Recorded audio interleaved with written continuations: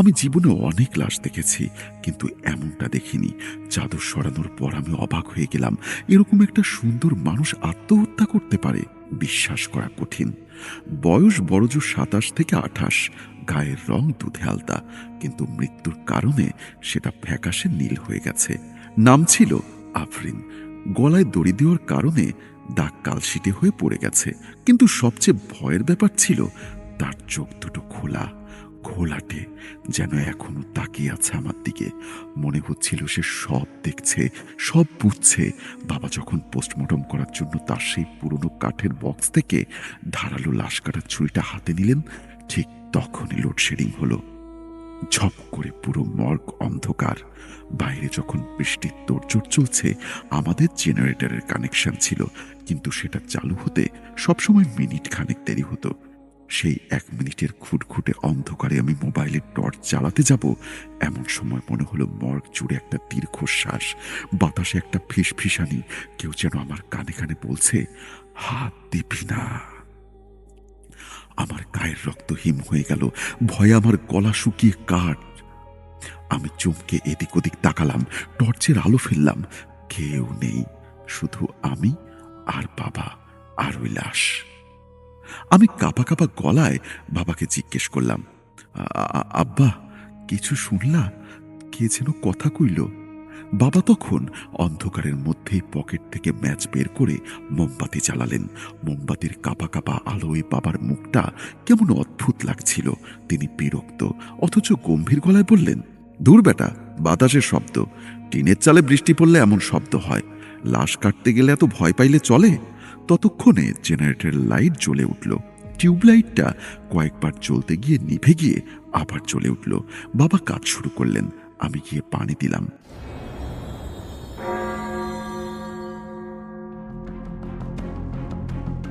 সুপ্রিয় দর্শক ও শ্রোতা, সবাইকে স্বাগত জানাচ্ছি।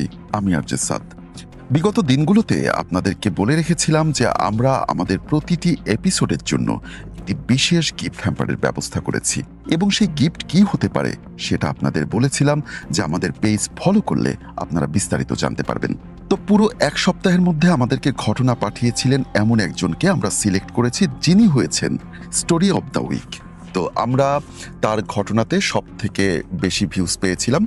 তো আমরা আমাদের কথা অনুযায়ী আমরা সেই কথা এখন রাখতে যাচ্ছি, এবং বলতে পারেন রেখেছিও।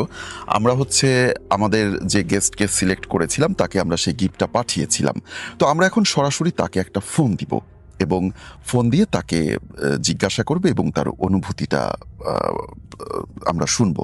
তো এখন আমরা সরাসরি ফোন দিচ্ছি। আসসালামু আলাইকুম। কেডা? জি, আসসালামু আলাইকুম। আমি ভূত এফএম নাইট থেকে সাদ বলছিলাম। আপনি কি রুবেল ভাই বলছেন? হ্যাঁ, আমি রুবেল। ভাইয়া, আমরা যে আপনাকে একটা গিফট পাঠিয়েছিলাম, সেটা কি আপনি পেয়েছেন? ভাই, গিফটটা পাইছি। গিফটটা পাই যে আমি খুবই খুশি, বুঝছেন? আমি কল্পনাই করতে পারি নাই যে এরকম একটা গিফট পাবো। আচ্ছা রুবেল ভাই, আপনি যে এত খুশি হয়েছেন গিফটটা পেয়ে, এবং আমরা যে আপনাকে কিছুটা হলেও আনন্দ দিতে পেরেছি, খুশি করতে পেরেছি, এটার জন্য আসলে আমরা নিজেরাও আনন্দিত। আমাদের এই প্রোগ্রামটা আমরা খুব বেশি দিন শুরু করিনি, এবং আমরা চাচ্ছিলাম যে দর্শক শ্রোতারা আমাদের সাথে কানেক্ট থাকুক, এবং আপনাদের মতো যারা মন থেকে আমাদের ভূত এফএম নাইট ভালোবাসে তারা আমাদের সাথে সব সময় থাকুক। এবং আপনাকে পেয়েও আমরা সত্যি খুবই আনন্দিত। আমি চাই যে পরবর্তীতে আপনি আরও ঘটনা আমাদেরকে পাঠান, এবং আমাদের সঙ্গে থাকেন সব সময়। অবশ্যই ভাই, অবশ্যই। আমি যে আমার যে একটা এই ঘটনাটা আপনারা তুইলা ধরবেন, আমার বিশ্বাসই হইতেছে না ভাই। তো আমার সামনে যদি আরো ঘটনা পড়ে আপনি ঘরে অবশ্যই দিব, আর আপনাদের সাথেই থাকবো আমি সবসময় ভাই। আচ্ছা, ঠিক আছে, আপনাকে অনেক ধন্যবাদ। আর আশা করছি আপনিও আমাদের সাথে সবসময় থাকবেন এবং আমাদের ঘটনাগুলো শুনবেন, এবং আপনার যেসব বন্ধু বান্ধব আছে তাদের সাথেও শেয়ার করবেন। অবশ্যই ভাই, অবশ্যই সবাই শেয়ার করবো, সমস্যা নাই। আপনার ঘরে পেজেরই দিয়ে দেবো, লিঙ্কটাও দিয়ে দেবো, আর ইউটিউবের লিঙ্কটাও সবাই দিয়ে দেবো ভাই। ঠিক আছে ভাই, আপনাকে অসংখ্য ধন্যবাদ। ভালো থাকবেন। আসসালামু আলাইকুম। ভালো থাকবেন। আসসালামু আলাইকুম। ওয়ালাইকুম সালাম। তো চলুন আর কথা না বাড়িয়ে আমরা সরাসরি চলে যাই আমাদের আজকের ঘটনায়। ঘটনাটি ঠিক যেভাবে লেখা আছে আমি সেভাবেই পড়ার চেষ্টা করছি। আমার আজকের লেখা ঘটনাগুলো পুরোটাই তাবলিগ জামাত কেন্দ্রিক। আমি এখানে একটু বলে রাখি, তাবলিগ জামাত থেকে আমি বেশ কিছু ঘটনা পেয়েছি এবং পাই, কিছুদিন আগেও পেয়েছি। যাই হোক, আমরা ঘটনায় যাচ্ছি। লিখেছেন সৌদি আরব থেকে আরিফ। আমি দাম্মাম শহর থেকে লিখছি। শুরুতেই বলে নেই ঘটনাগুলো আমি কিভাবে সংগ্রহ করলাম। আমি মাঝে মাঝেই বোবা জিন দ্বারা আক্রমণের শিকার হই। আগে তো শুধু এটা রাতের বেলায় ঘটত, এখন যদি আমি কখনো দিনের বেলায়ও ঘুমোই তখনও এটার আক্রমণের শিকার হচ্ছি। এমনিভাবে আগস্ট 18, 2023 সন্ধ্যার দিকে আমি একা রুমে শুয়েছিলাম। ঠিক তখনই আমি একটা ভয়ঙ্কর স্বপ্ন দেখলাম। স্বপ্নের বিবরণটা অন্য কোনো দিন বলবো ইনশাল্লাহ। তো আচমকা ঘুম ভেঙে যাওয়ার ফলে আমি উঠে সামান্য পানি পান করে চলে গেলাম ওয়াশরুমে। মুখ ধুয়ে ওয়াশরুম থেকে বের হয়ে পাশের রুমে গেলাম। সেখানে আমার একজন রুমমেট বসেছিল। সে আমাকে দেখে বলল, ঘুমিয়েছিলে নাকি? তোমাকে এরকম দেখাচ্ছে কেন? আমি তাকে স্বপ্নে দেখা সব কিছু খুলে বললাম। তখন সে বলল, আমার আর আমার বন্ধুদের সাথে এর চেয়েও আরো অনেক ভয়ঙ্কর ঘটনা ঘটেছে, যেগুলো আমি আরো অনেক আগেই ভূত এফএম নাইটে শেয়ার করব বলে ভাবছি, কিন্তু সময়ের অভাবে পারছি না। আমি তখন অনেক আগ্রহ নিয়ে তাকে বললাম, ঘটনাগুলোকে আমার সাথে শেয়ার করা যায়? তখন সে সম্মতি দিল। আমার রুমমেট যার সাথে ঘটনাগুলো ঘটেছে তার নাম সিয়াম। সিয়াম আমাকে যেভাবে বলেছে আমি ঠিক সেভাবেই বলছি।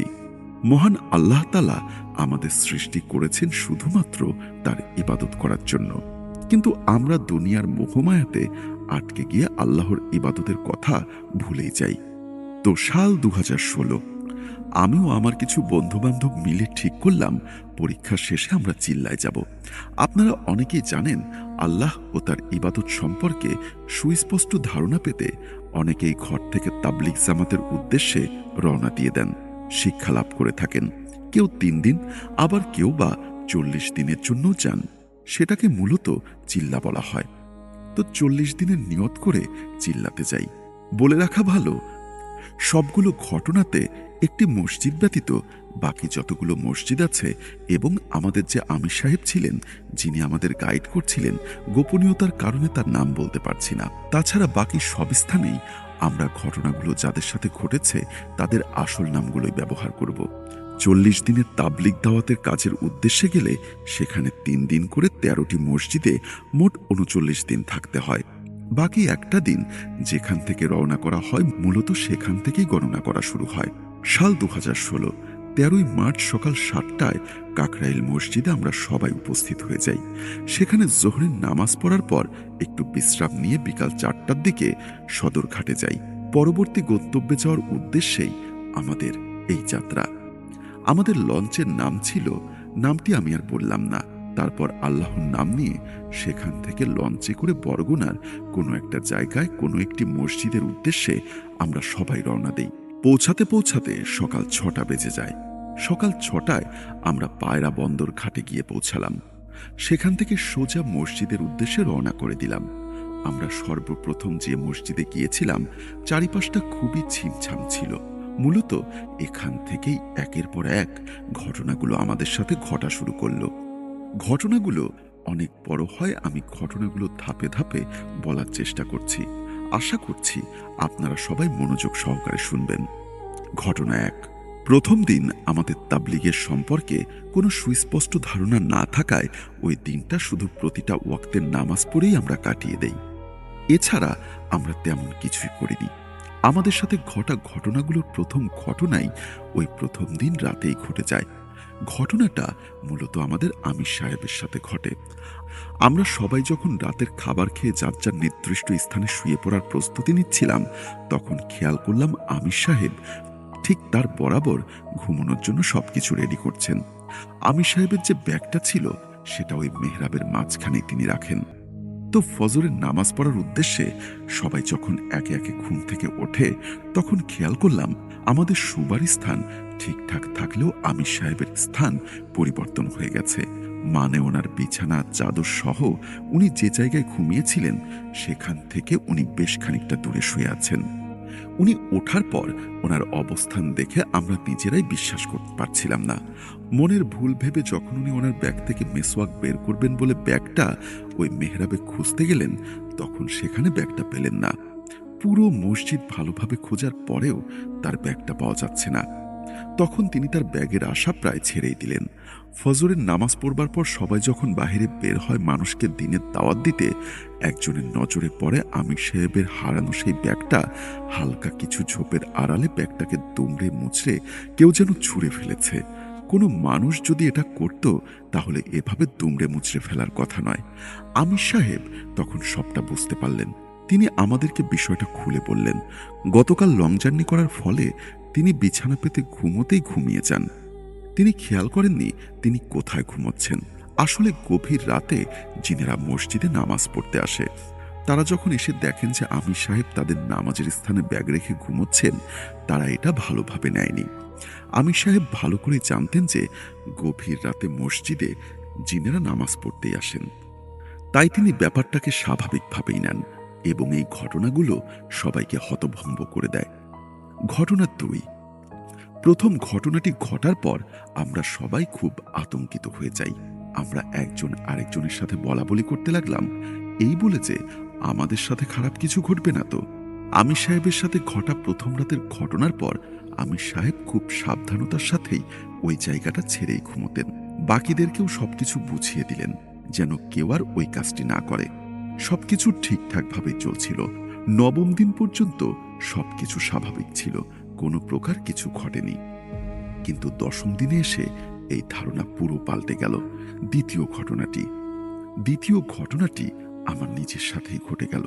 আমি সেই ভয়ানক রাতের জলজ্যান্ত সাক্ষী।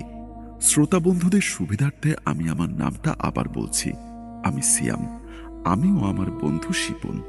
দশম দিনে দৈনন্দিন কাজগুলো সেরে প্রতি ওয়াক্তের নামাজগুলো ঠিকঠাকভাবে পড়ে নিলাম। মানুষের কিছু কিছু বদ অভ্যাস থাকে যেগুলো তারা অনেক চেষ্টার পরেও ছাড়তে পারে না। তেমনিভাবে আমারও একটা বদ অভ্যাস ছিল, আর সেটা হলো স্মোক করা। তাবলিগ জামাতে এসে এই বদ অভ্যাসটা থেকে অনেক বাঁচার চেষ্টা করেও মাঝে মাঝে শয়তানের ধোঁকায় করে ফেলতাম। কিন্তু দশম দিনে এসে আমার কোনো একটা ব্যক্তিগত কারণে খুবই আপসেট লাগছিল। মন ভালো না থাকায় ওই রাতে বন্ধু শিপনকে সাথে নিয়ে বেরিয়ে পড়ি 2 কিলোমিটার দূরে থাকা ছোট্ট একটি টং দোকানের উদ্দেশ্যে। সেমিপাকা রাস্তা দিয়ে যাবার সময় শুরুতেই হালকা মৃদু আলোতে সামান্য খানিকটা দূরে একটা মাদ্রাসা দেখতে পেলাম। তার পাশে একটা চিকন সরু রাস্তা, আর তার থেকে বেশ খানিকটা দূরে একটা বড় কবরস্থান। তো আমরা দুজন খুব স্বাভাবিকভাবেই যেতে লাগলাম। ওই দিনের আবহাওয়া এতটাই পারফেক্ট ছিল, সাথে হালকা মৃত বাতাস। যখন গায়ে এসে সেই বাতাস লাগছিল, মন প্রাণ জুড়িয়ে যাচ্ছিল। সবসময় ঢাকায় থেকেছি, বন্ধুদের সাথে লেট নাইট আড্ডা দিয়েছি, তাই হঠাৎ এত সুন্দর গ্রামীণ পরিবেশ পেয়ে মনটা কিছুটা হলেও ফুরফুরা লাগছিল। দূর থেকে টং দোকানে একটা হারিকেনের মিটিমিটি আলো দেখা যাচ্ছে। আপনারা হয়তো গ্রাম অঞ্চলে এরকম অসংখ্য দোকান দেখেছেন যেগুলো বাড়ির সাথেই লাগানো। গ্রামগঞ্জের এরকম দোকানগুলো মূলত মাটির বা টিনের হয়ে থাকে। আপনিও শ্রোতা বন্ধুরা হয়তো আরও একটা বিষয় জেনে থাকবেন যে গ্রাম অঞ্চলে রাত 8টার পর থেকে চারিপাশের পরিবেশ শান্ত হতে শুরু করে। দেখলে মনে হয় গভীর রাত 2টো কি 3টে বেজে গেছে। যদিও সালটা 2016, তারপরও সেখানকার পরিবেশ অনেকটাই সেই পুরনো দিনের গ্রাম অঞ্চলের মতোই ছিল। একদম চুপচাপ চারিপাশ। সত্য কথা বলতে কি, আমরা এমন পরিবেশ পেয়ে আরো বেশি আনন্দিত হয়ে যাই। দুজন মিলে টং দোকানে বসে আড্ডা দিতে দিতে ঘড়িতে হঠাৎ লক্ষ্য করি রাত 11টা বেজে গেছে। এমনিতেই অনেক দেরি হয়ে গেছে, আরো দেরি করলে আমির সাহেব রাগান্বিত হতে পারে ভেবে দুজনেই ঠিক করলাম এখনই রওনা দেওয়া ভালো। এতক্ষণ পর্যন্ত সবকিছু স্বাভাবিক ছিল। আমরা জীবনের সবচেয়ে ভয়াবহ মুহূর্তের সাক্ষী হলাম ফেরার পথে। যে পথ ধরে টং দোকানে গিয়েছিলাম, ঠিক সেই পথ দিয়েই আমরা মসজিদের উদ্দেশ্যে ফিরছিলাম। এমনিতেও অজপাড়া গ্রাম, তার উপর রাত 11টা বেজে গেছে। আমরা আমাদের থেকে সামান্য কয়েক হাত দূরেও কিছু দেখতে পাচ্ছিলাম না। জানিয়ে রাখা ভালো, যেহেতু আমরা এখানে দিনী শিক্ষা লাভের আশায় এসেছি, আমাদের সবার মোবাইলগুলো প্রথম দিনই আমির সাহেবের একটা ব্যাগে করে রেখে দিয়েছিলাম। আসার পথে বিদ্যুতের অবস্থা ভালো না থাকায় বৈদ্যুতিক কোনো প্রকার লাইটও বলতে গেলে ছিল না। আমরা দুজনে নানান রকম বিষয়ে গল্প করতে করতে মাদ্রাসার খুব কাছাকাছি চলে আসি। হঠাৎ কি যেন মনে করে আমি মাদ্রাসার দিকে তাকাই। মাদ্রাসার মেইন গেটের মাথায় ছোট্ট একটা লাইটের মিটমিট আলোয় আমি দেখলাম গাঢ় কালো বর্ণের কিছু একটা মাদ্রাসার ছাদ থেকে লাফ দিয়ে মাদ্রাসার এক কোণায় পড়ল। প্রথমে কিছুটা ভয় পেলেও বেড়াল ভেবে যেই না সামনে এক কদম ফেললাম, অমনি ওই জিনিসটা ওখান থেকে এক লাফ দিয়ে আমাদের থেকে কমপক্ষে 10 হাত সামনে ঠিক মাঝ রাস্তায় এসে পড়ল। জিনিসটাকে দেখেই আমার মুখ থেকে বেরিয়ে আসলো একটা দোয়া। বিশ্বাস করবেন কিনা জানি না, আচমকে এমন কিছু একটা দেখব আমি কল্পনাতেও ভাবিনি। সেটা কালো অবয়ব, কমপক্ষে 10 থেকে 12 ফুটের মতো হবে, যার শরীরের কিছুই দেখা যাচ্ছে না। শুধুমাত্র অনুভব করা যাচ্ছে যে সামনে ঘন কালো কাপড় পরা কিছু একটা দাঁড়িয়ে আছে। দেখা মাত্রই আমার শরীরের রক্ত হিম হয়ে যায়। ততক্ষণে খেয়াল করলাম শিপন আর আমি দুজনেই ঘামতে শুরু করেছি। কোনো প্রকার শব্দ, নড়াচড়া কিছুই করতে পারছিলাম না। মনে হচ্ছিল আমাদের হাত পা যেন অসাড় হয়ে গেল। দৌড় দিয়ে পালাবো সেটাও তখন কেন যেন মাথায় আসছিল না। এভাবে 10-15 সেকেন্ডের মতো আমরা চিন্তা ভাবনা হারিয়ে এক জায়গায় আমরা ঠায় দাঁড়িয়ে রইলাম। হঠাৎ তন্দ্রাটা কাটতেই শিপনকে বললাম, আমার হাতটা ধর, যাই হয়ে যাক হাত ছাড়বি না।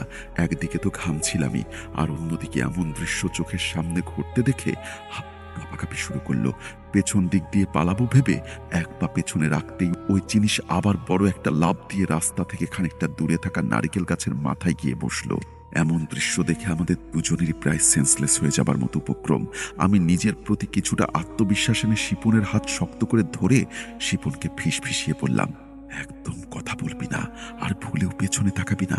সোজা সামনের দিকে কয়েক পা ফেলে দৌড় দেওয়ার পরিকল্পনা করলো। হঠাৎ মনে পড়ল যে মুরব্বী ব্যক্তিদের কাছ থেকে প্রায় শুনতে পেতাম খারাপ কোনো কিছু আগুন দেখলে নাকি ভয় পায়, এবং কখনো যদি এমন কিছুর সম্মুখীন হই তাহলে যেন ভুলেও পেছনে ফিরে না তাকাই।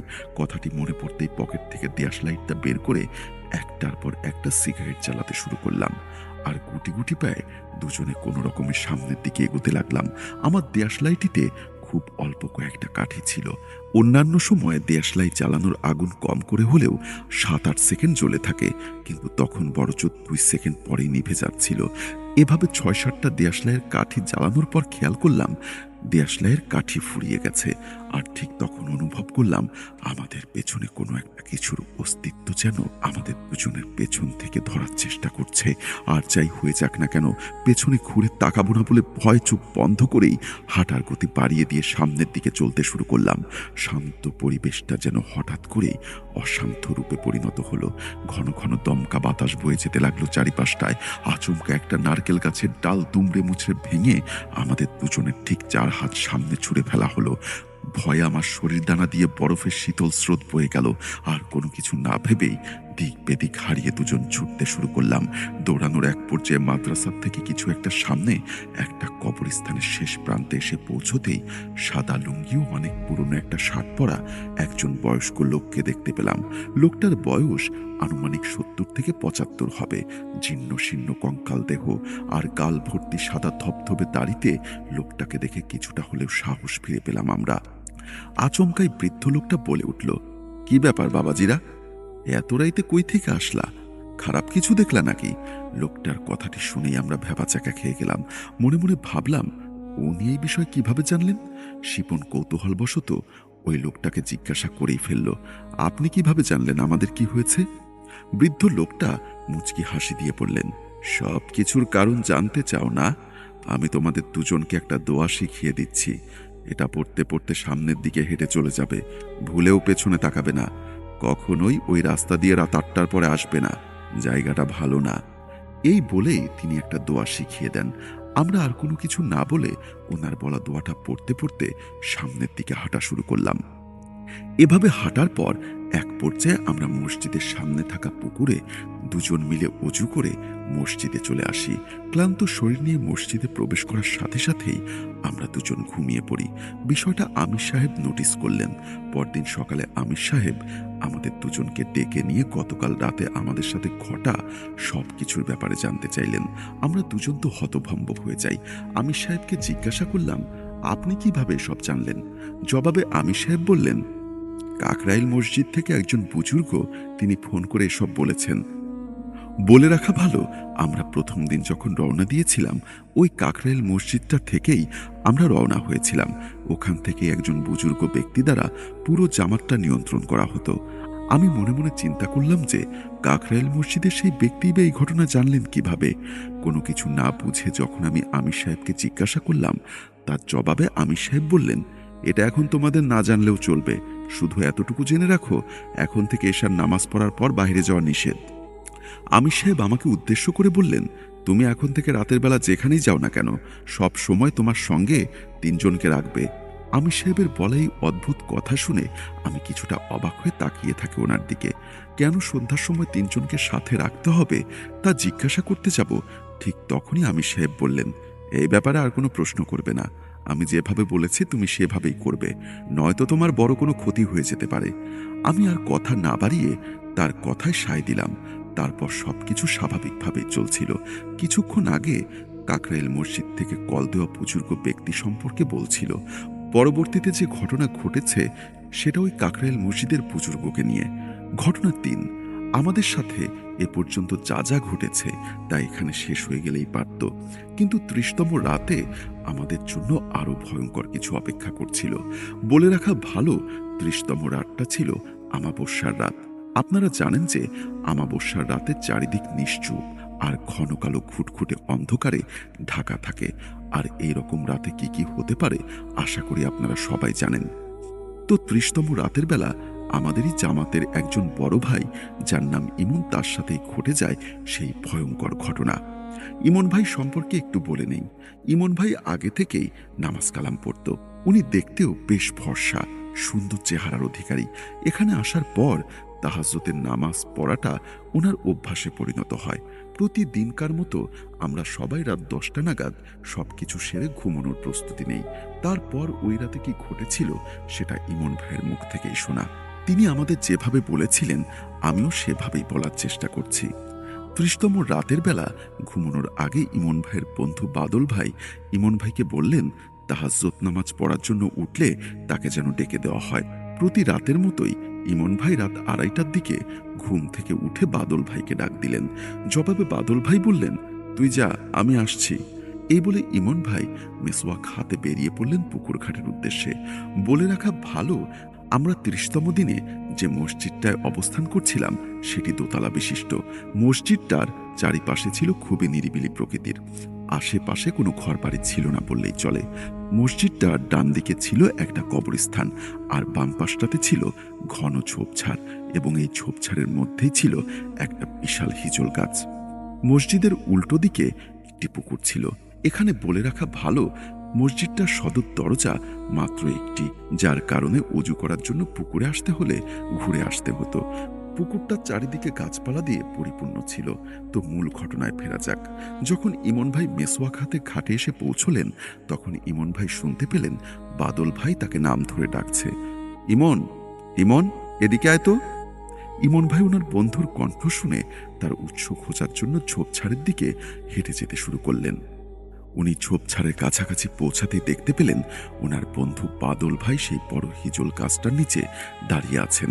ইমন ভাই হঠাৎ বাদল ভাইকে এখানে দাঁড়িয়ে থাকতে দেখে কিছুটা ভরকে গিয়ে নিচেও দাঁড়িয়ে পড়লেন। বাদল ভাই বললেন, কিরে ইমন, দাঁড়িয়ে পড়লি কেন? আমার কাছে আয়। বাদল ভাইয়ের এমন কথা শুনে হঠাৎ করে যেন ইমন ভাই হিতাহিত জ্ঞান হারিয়ে ওনার দিকে হাঁটা শুরু করলেন। কয়েক কদম হাঁটার পরেই হঠাৎ পেছন থেকে বাদল ভাই ডেকে বললেন, কিরে ইমন, ওদিকে যাচ্ছিস কেন? কোথায় যাচ্ছিস? তখন ইমন ভাই তার হুঁশ ফিরে পান। আচমকা বাদল ভাইকে পেছন থেকে দেখতে পেয়ে অনেকটাই ভয় পেয়ে যান ইমন ভাই। আতঙ্কে তার ভয়ে ঘাড় ঘুরিয়ে সামনে তাকাতেই দেখতে পেলেন হিজল গাছটার নিচে দাঁড়িয়ে থাকা বাদল ভাইয়ের মতো একটা অবয়ব পৈশাচিক একটা হাসি দিয়ে হাওয়ায় মিলিয়ে গেল। এই দৃশ্য দেখে ইমন ভাই নিজেকে আর ধরে রাখতে পারেননি, ওখানেই সেন্সলেস হয়ে যান। ইমন ভাইয়ের এমন হঠাৎ করে সেন্সলেস হয়ে যাওয়াতে বাদল ভাই কোনো কিছু বুঝতে না পেরে আতঙ্কে অনেক জোরে জোরে চিৎকার শুরু করে দেন। বাদল ভাই এত জোরে চিৎকার করছিল, মসজিদের ভেতরে থাকা আমির সাহেব সহ আরো বেশ কয়েকজনের ঘুম ভেঙে যায়। তারপর 4-5 জন মিলে ইমন ভাইকে ধরাধরি করে নিয়ে আসেন মসজিদের ভেতরে। আমির সাহেব কি হয়েছে কিছুটা আন্দাজ করতে পেরেছিলেন। আমির সাহেব কিছু দোয়া দরুদ পড়ে ইমন ভাইকে ঝাড়ফুঁক করে দেন। কমপক্ষে 1 ঘন্টা পর ইমন ভাইয়ের জ্ঞান ফেরে। জ্ঞান ফেরার পরেই কি হয়েছে ইমন ভাইয়ের কাছে জানতে চাওয়া হয়। তিনি সবটা খুলে বলেন। সবটা শুনে বাদল ভাই তাজ্জব বনে গেলেন, কারণ তখন বাদল ভাই ইমন ভাইয়ের ঠিক পেছনেই ছিলেন। কিন্তু ইমন ভাইয়ের সামনে থাকা ওই অবয়বটার কথা বা চেহারা কোনো কিছুই তিনি শোনেননি বা দেখেননি। আমির সাহেব সবাইকে একসাথে জড়ো করে বললেন, বাকি দিনগুলো খুব সাবধানে থাকতে হবে। রাতের বেলায় খুব দরকারি কাজ ছাড়া বাইরে যাওয়া যাবে না। ৩০তম রাতে ইমন ভাইয়ের সাথে এমন ঘটনা ঘটায় পরদিন সকাল থেকে সবার মাঝে একটা ভয় কাজ করে। তো ৩১তম দিনটা স্বাভাবিকভাবেই কেটে যায়। ওই রাতে কারোর সাথেই কোনো কিছু ঘটেনি। কিন্তু ৩২তম দিন সন্ধ্যা থেকেই চারিপাশের আবহাওয়াটা অন্য দিন থেকে অনেক শান্ত আর ঠান্ডা হয়ে যায়। হঠাৎ সন্ধ্যা থেকেই আকাশ কালো মেঘে ছেয়ে যায়। আস্তে আস্তে ঝোড়ো বাতাস বইতে শুরু করে। এক পর্যায়ে মুষলধারে বৃষ্টি শুরু হয়। মাঝে মাঝে প্রচণ্ড শব্দে বজ্রপাত হচ্ছিল, একটানা এশার নামাজ পর্যন্ত। বৃষ্টি পড়ার পর আস্তে আস্তে বৃষ্টির প্রবণতা কমতে থাকে। ঝিরিঝিরি বৃষ্টি তখনও হচ্ছিল বিধায় গায়ে হালকা হালকা ঠান্ডা বাতাস অনুভূত হচ্ছিল। আপনারা নিশ্চয়ই জানেন, এরকম আবহাওয়াতে যে কারোরই খুব অল্পতেই ঘুম পেয়ে যায়। এতক্ষণ পর্যন্ত সবকিছু ঠিকঠাক ছিল। যখন মনোমুগ্ধকর আবহাওয়া পেয়ে আমরা সবাই ওই রাতে খুব তাড়াতাড়ি ঘুমিয়ে পড়ি, রাত ২:৩০টার দিকে ইমন ভাই শুনতে পেলেন কেউ যেন তার নাম ধরে ডাকছে। চোখ খুলে বিষয়টা বোঝার জন্য উঠতেই ইমন ভাই শুনতে পেলেন আমির সাহেবের কণ্ঠ। আমির সাহেবের ডাকটা ছিল এমন, ইমন, এই মন, তাহাজ্জুদের নামাজ পড়বে না? তো এমন কথা শুনে ইমন ভাই মনে মনে ভাবলেন, আসলেই তো, গতকাল তো আমি তাহাজ্জুদের নামাজ পড়িনি। আমির সাহেব হয়তো তাহাজ্জুদের নামাজ পড়তে উঠেছেন। যাই, আমিও অজু করে ওনার সাথে নামাজটা পড়ে ফেলি। মেসোয়াক হাতে মসজিদ থেকে বের হয়ে কিছুটা পথ যাবার পর আচমকা ইমন ভাই ফিল করলেন একটা দমকা গরম হাওয়া এসে ওনার গায়ে লাগলো।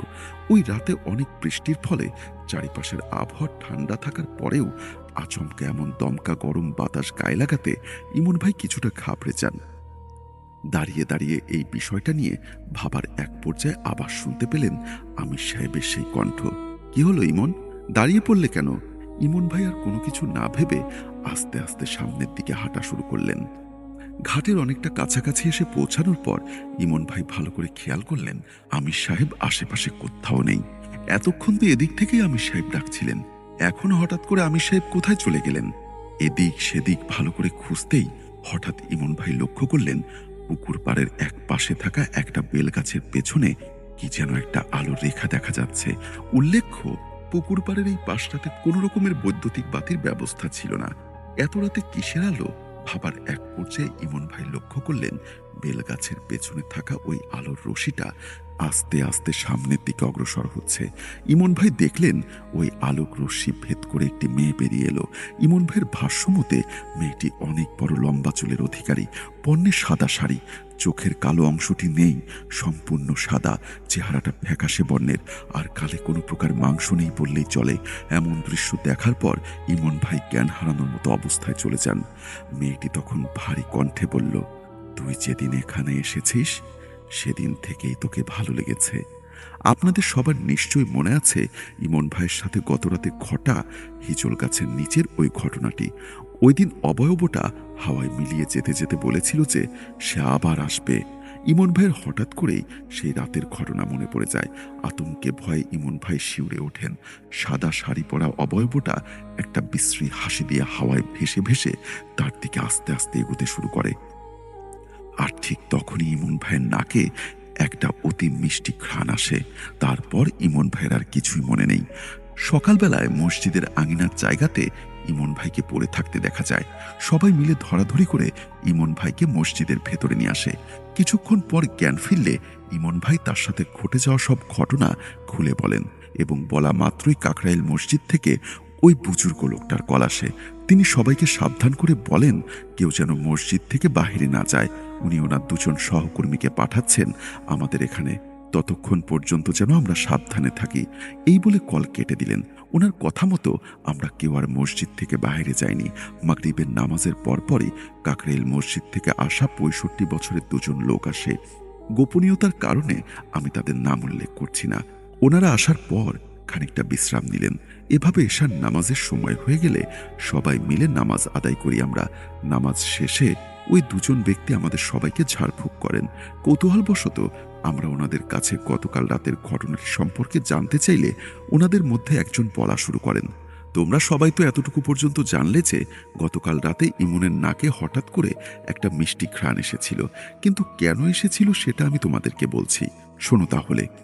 প্রতি রাতে এই মসজিদটার পাশে যে কবরস্থানটা আছে তার পথ ধরে একজন ভালো জিন তাহাজ্জুদের নামাজ পড়তে আসে। তাহাজ্জুদ থেকে শুরু করে ফজর নামাজ পড়া পর্যন্ত জিনটা এখানেই অবস্থান করে। তো সব সময়ের মতো ওই দিন ওই জিনটা মসজিদের উদ্দেশ্যে আসার সময় পুকুর পাড়ে দেখল ইমন একটা পিশাচের কবলে পড়েছে। পিশাচটা ইমনের ক্ষতি করার উদ্দেশ্যে এগোতে শুরু করেছে। তখন ওই জিনটা এসে ইমনকে বাঁচায়। তারপর ওই ভালো জিনটা কাকরাইল মসজিদে থাকা ওই বুজুর্গ ব্যক্তিকে স্বপ্নে দেখা দেয়। সালাম দিয়ে বলে, আসসালামু আলাইকুম, আমি আবু সাইদ আল উতাইব। যত তাড়াতাড়ি সম্ভব তোমাদের মধ্য থেকে একজনকে ওখানে পাঠাও, নয়তো বড় বিপদ হতে পারে, সে কারণেই আমাদের এখানে আসা। এই বলে তিনি থামলেন। তারপর ওনারা আমাদের আরো কিছু আমল শিখিয়ে দিলেন। বাকি দিনগুলোতে আমাদের সাথে আর তেমন কিছুই ঘটেনি। আমরা আলহামদুলিল্লাহ সবাই সুস্থভাবে তাবলিগ জামাত শেষ করে বাড়িতে চলে আসি। এই বলে সিয়াম তার ঘটনা শেষ করল। সিয়াম যখন ঘটনাগুলো বলছিল তখন আমি বারবার খেয়াল করছিলাম তার হাতের পশমগুলো সোজা হয়ে দাঁড়িয়ে যাচ্ছিল। এখনো সিয়ামের গায়ে কাটা দিয়ে যায় তার সাথে ঘটা সেই ঘটনাগুলো যখন সে মনে করে। সিয়াম ভাইয়ের সাথে থাকা 7টা জিন রুকাইয়ার মাধ্যমে বোতল বন্দি করার ঘটনা আছে। এই ঘটনাটি সিলেক্ট হলে ওটা লিখে পাঠাবো। অনেক অনেক ভালো থাকবেন। আপনিও আপনার পরিবারের জন্য দোয়া রইল। আসসালামু আলাইকুম। থ্যাংক ইউ সো মাচ আপনার ঘটনার জন্য, এবং লং একটা স্টোরি আমি পড়ে ফেললাম। এই ঘটনাটি আমার কাছে ভীষণ ভীষণ ভালো লেগেছে। সত্যি বলতে তাবলিগ জামাতে অনেকেই যান বা চিল্লায় অনেকেই যান, সেখানকার অনেক ঘটনা অনেকে বলেন, এবং আমি যতদূর জানি যে আপনাদের কাছেও এমন অনেক ঘটনা আছে। সেই ঘটনাগুলো কিন্তু আপনি আমাদেরকে পাঠিয়ে দিতে পারেন। সেটার জন্য আপনাদেরকে যেটা করতে হবে, সরাসরি ভিডিওর ডেসক্রিপশন বক্সে চলে যেতে হবে, এবং সেখানে গেলেই আপনি আমাদের ইমেলটি দেখতে পাবেন। সেই ইমেলে আপনি আপনার ঘটনাগুলো আমাদেরকে পাঠাতে পারেন। তো বন্ধুরা, আর কথা বাড়াতে চাই না, চলুন আমরা এখন চলে যাই সরাসরি আমাদের পরবর্তী ঘটনায়। ঘটনাটি ঠিক যেভাবে লেখা আছে আমি সেভাবেই পড়ার চেষ্টা করছি। যেভাবে লেখা আছে আমি সেভাবেই পড়ে শোনাচ্ছি। আমার নাম রিয়াজ। আমি এখন যা বলতে যাচ্ছি তা আমার জীবনের এক ভয়াবহ অভিশপ্ত স্মৃতি। আপনারা হয়তো ময়মনসিংহ মেডিকেল কলেজ হসপিটালের নাম শুনেছেন। দিনের বেলায় শত শত রোগী, ডাক্তার, নার্স আর মানুষের কোলাহলে জায়গাটা যতটা জীবন্ত মনে হয়, রাতের বেলা ঠিক ততটাই মৃত্যুপুরী হয়ে ওঠে। বিশেষ করে সেই লাশ কাটা ঘর বা মর্গ। ওখানকার বাতাস সবসময় ফিনাইলের গন্ধে ভরা থাকে। কেমন একটা ভ্যাপসা পোটকা গন্ধ ভাসে। আমার বাবা মফিজউদ্দিন ছিলেন এই হসপিটালের প্রধান ডোম। ৩৫ বছর ধরে তিনি লাশ কাটছেন। পচা গলা খণ্ডিত রেল লাইনের পাশে পড়ে থাকা বেওয়ারিশ এমন কোনো লাশ নেই যা তার হাতে ওঠেনি। সবাই বলতো, মফিজডোমের পাথরের কলিজা, লাশের গন্ধ তার কাছে আতরের মতো। কিন্তু সেই পাথরও যে ভয়ের চোটে গলে পানি হয়ে যেতে পারে তা আমি নিজের চোখে দেখেছি। সেই ঘটনা বাবাকে শুধু পাগল করেনি, তাকে জ্যান্ত জাহান্নামে পুড়িয়ে মেরেছে। আজ বাবার মৃত্যুর এত বছর পর আমি সেই রাতের কথা বলার সাহস পাচ্ছি। আপনি দয়া করে মানুষকে জানাবেন। ঘটনা শুরু এক বর্ষণ মুখর রাতে। আষাঢ় মাসে তুমুল বৃষ্টি হচ্ছিল। সেদিন আকাশ ভেঙে যেন পানি নামছিল। ব্রহ্মপুত্র নদের দিক থেকে আসা ঠান্ডা বাতাসে হাড় পর্যন্ত কেঁপে যাচ্ছিল। আমি আর বাবা তখন মর্গের পাশের ছোট রুমটায় বসেছিলাম। রাত তখন প্রায় 2:30। চারিদিকে একেবারে চুপচাপ, শুধু টিনের চালে বৃষ্টির একটানা ঝমঝম আওয়াজ আর মাঝে মাঝে দূরে মেঘের গর্জন। হঠাৎ আমাদের ল্যান্ডলাইন ফোনটা বেজে উঠল। হসপিটালের ইমার্জেন্সি কল। খবর এলো একটা সুইসাইড কেস আছে, এক্ষুনি পোস্টমর্টম করতে হবে, কারণ সকাল সকাল পুলিশ রিপোর্ট নিয়ে বডি হ্যান্ড ওভার করবে। বাবার সেদিন ডিউটি ছিল না, কিন্তু জরুরি তলব পড়ায় যেতে হলো। আমিও বাবার সাথে গেলাম। বাবার বয়স হয়েছিল, তাই মাঝে মাঝে আমি বাবাকে বিভিন্ন কাজে সাহায্য করতাম।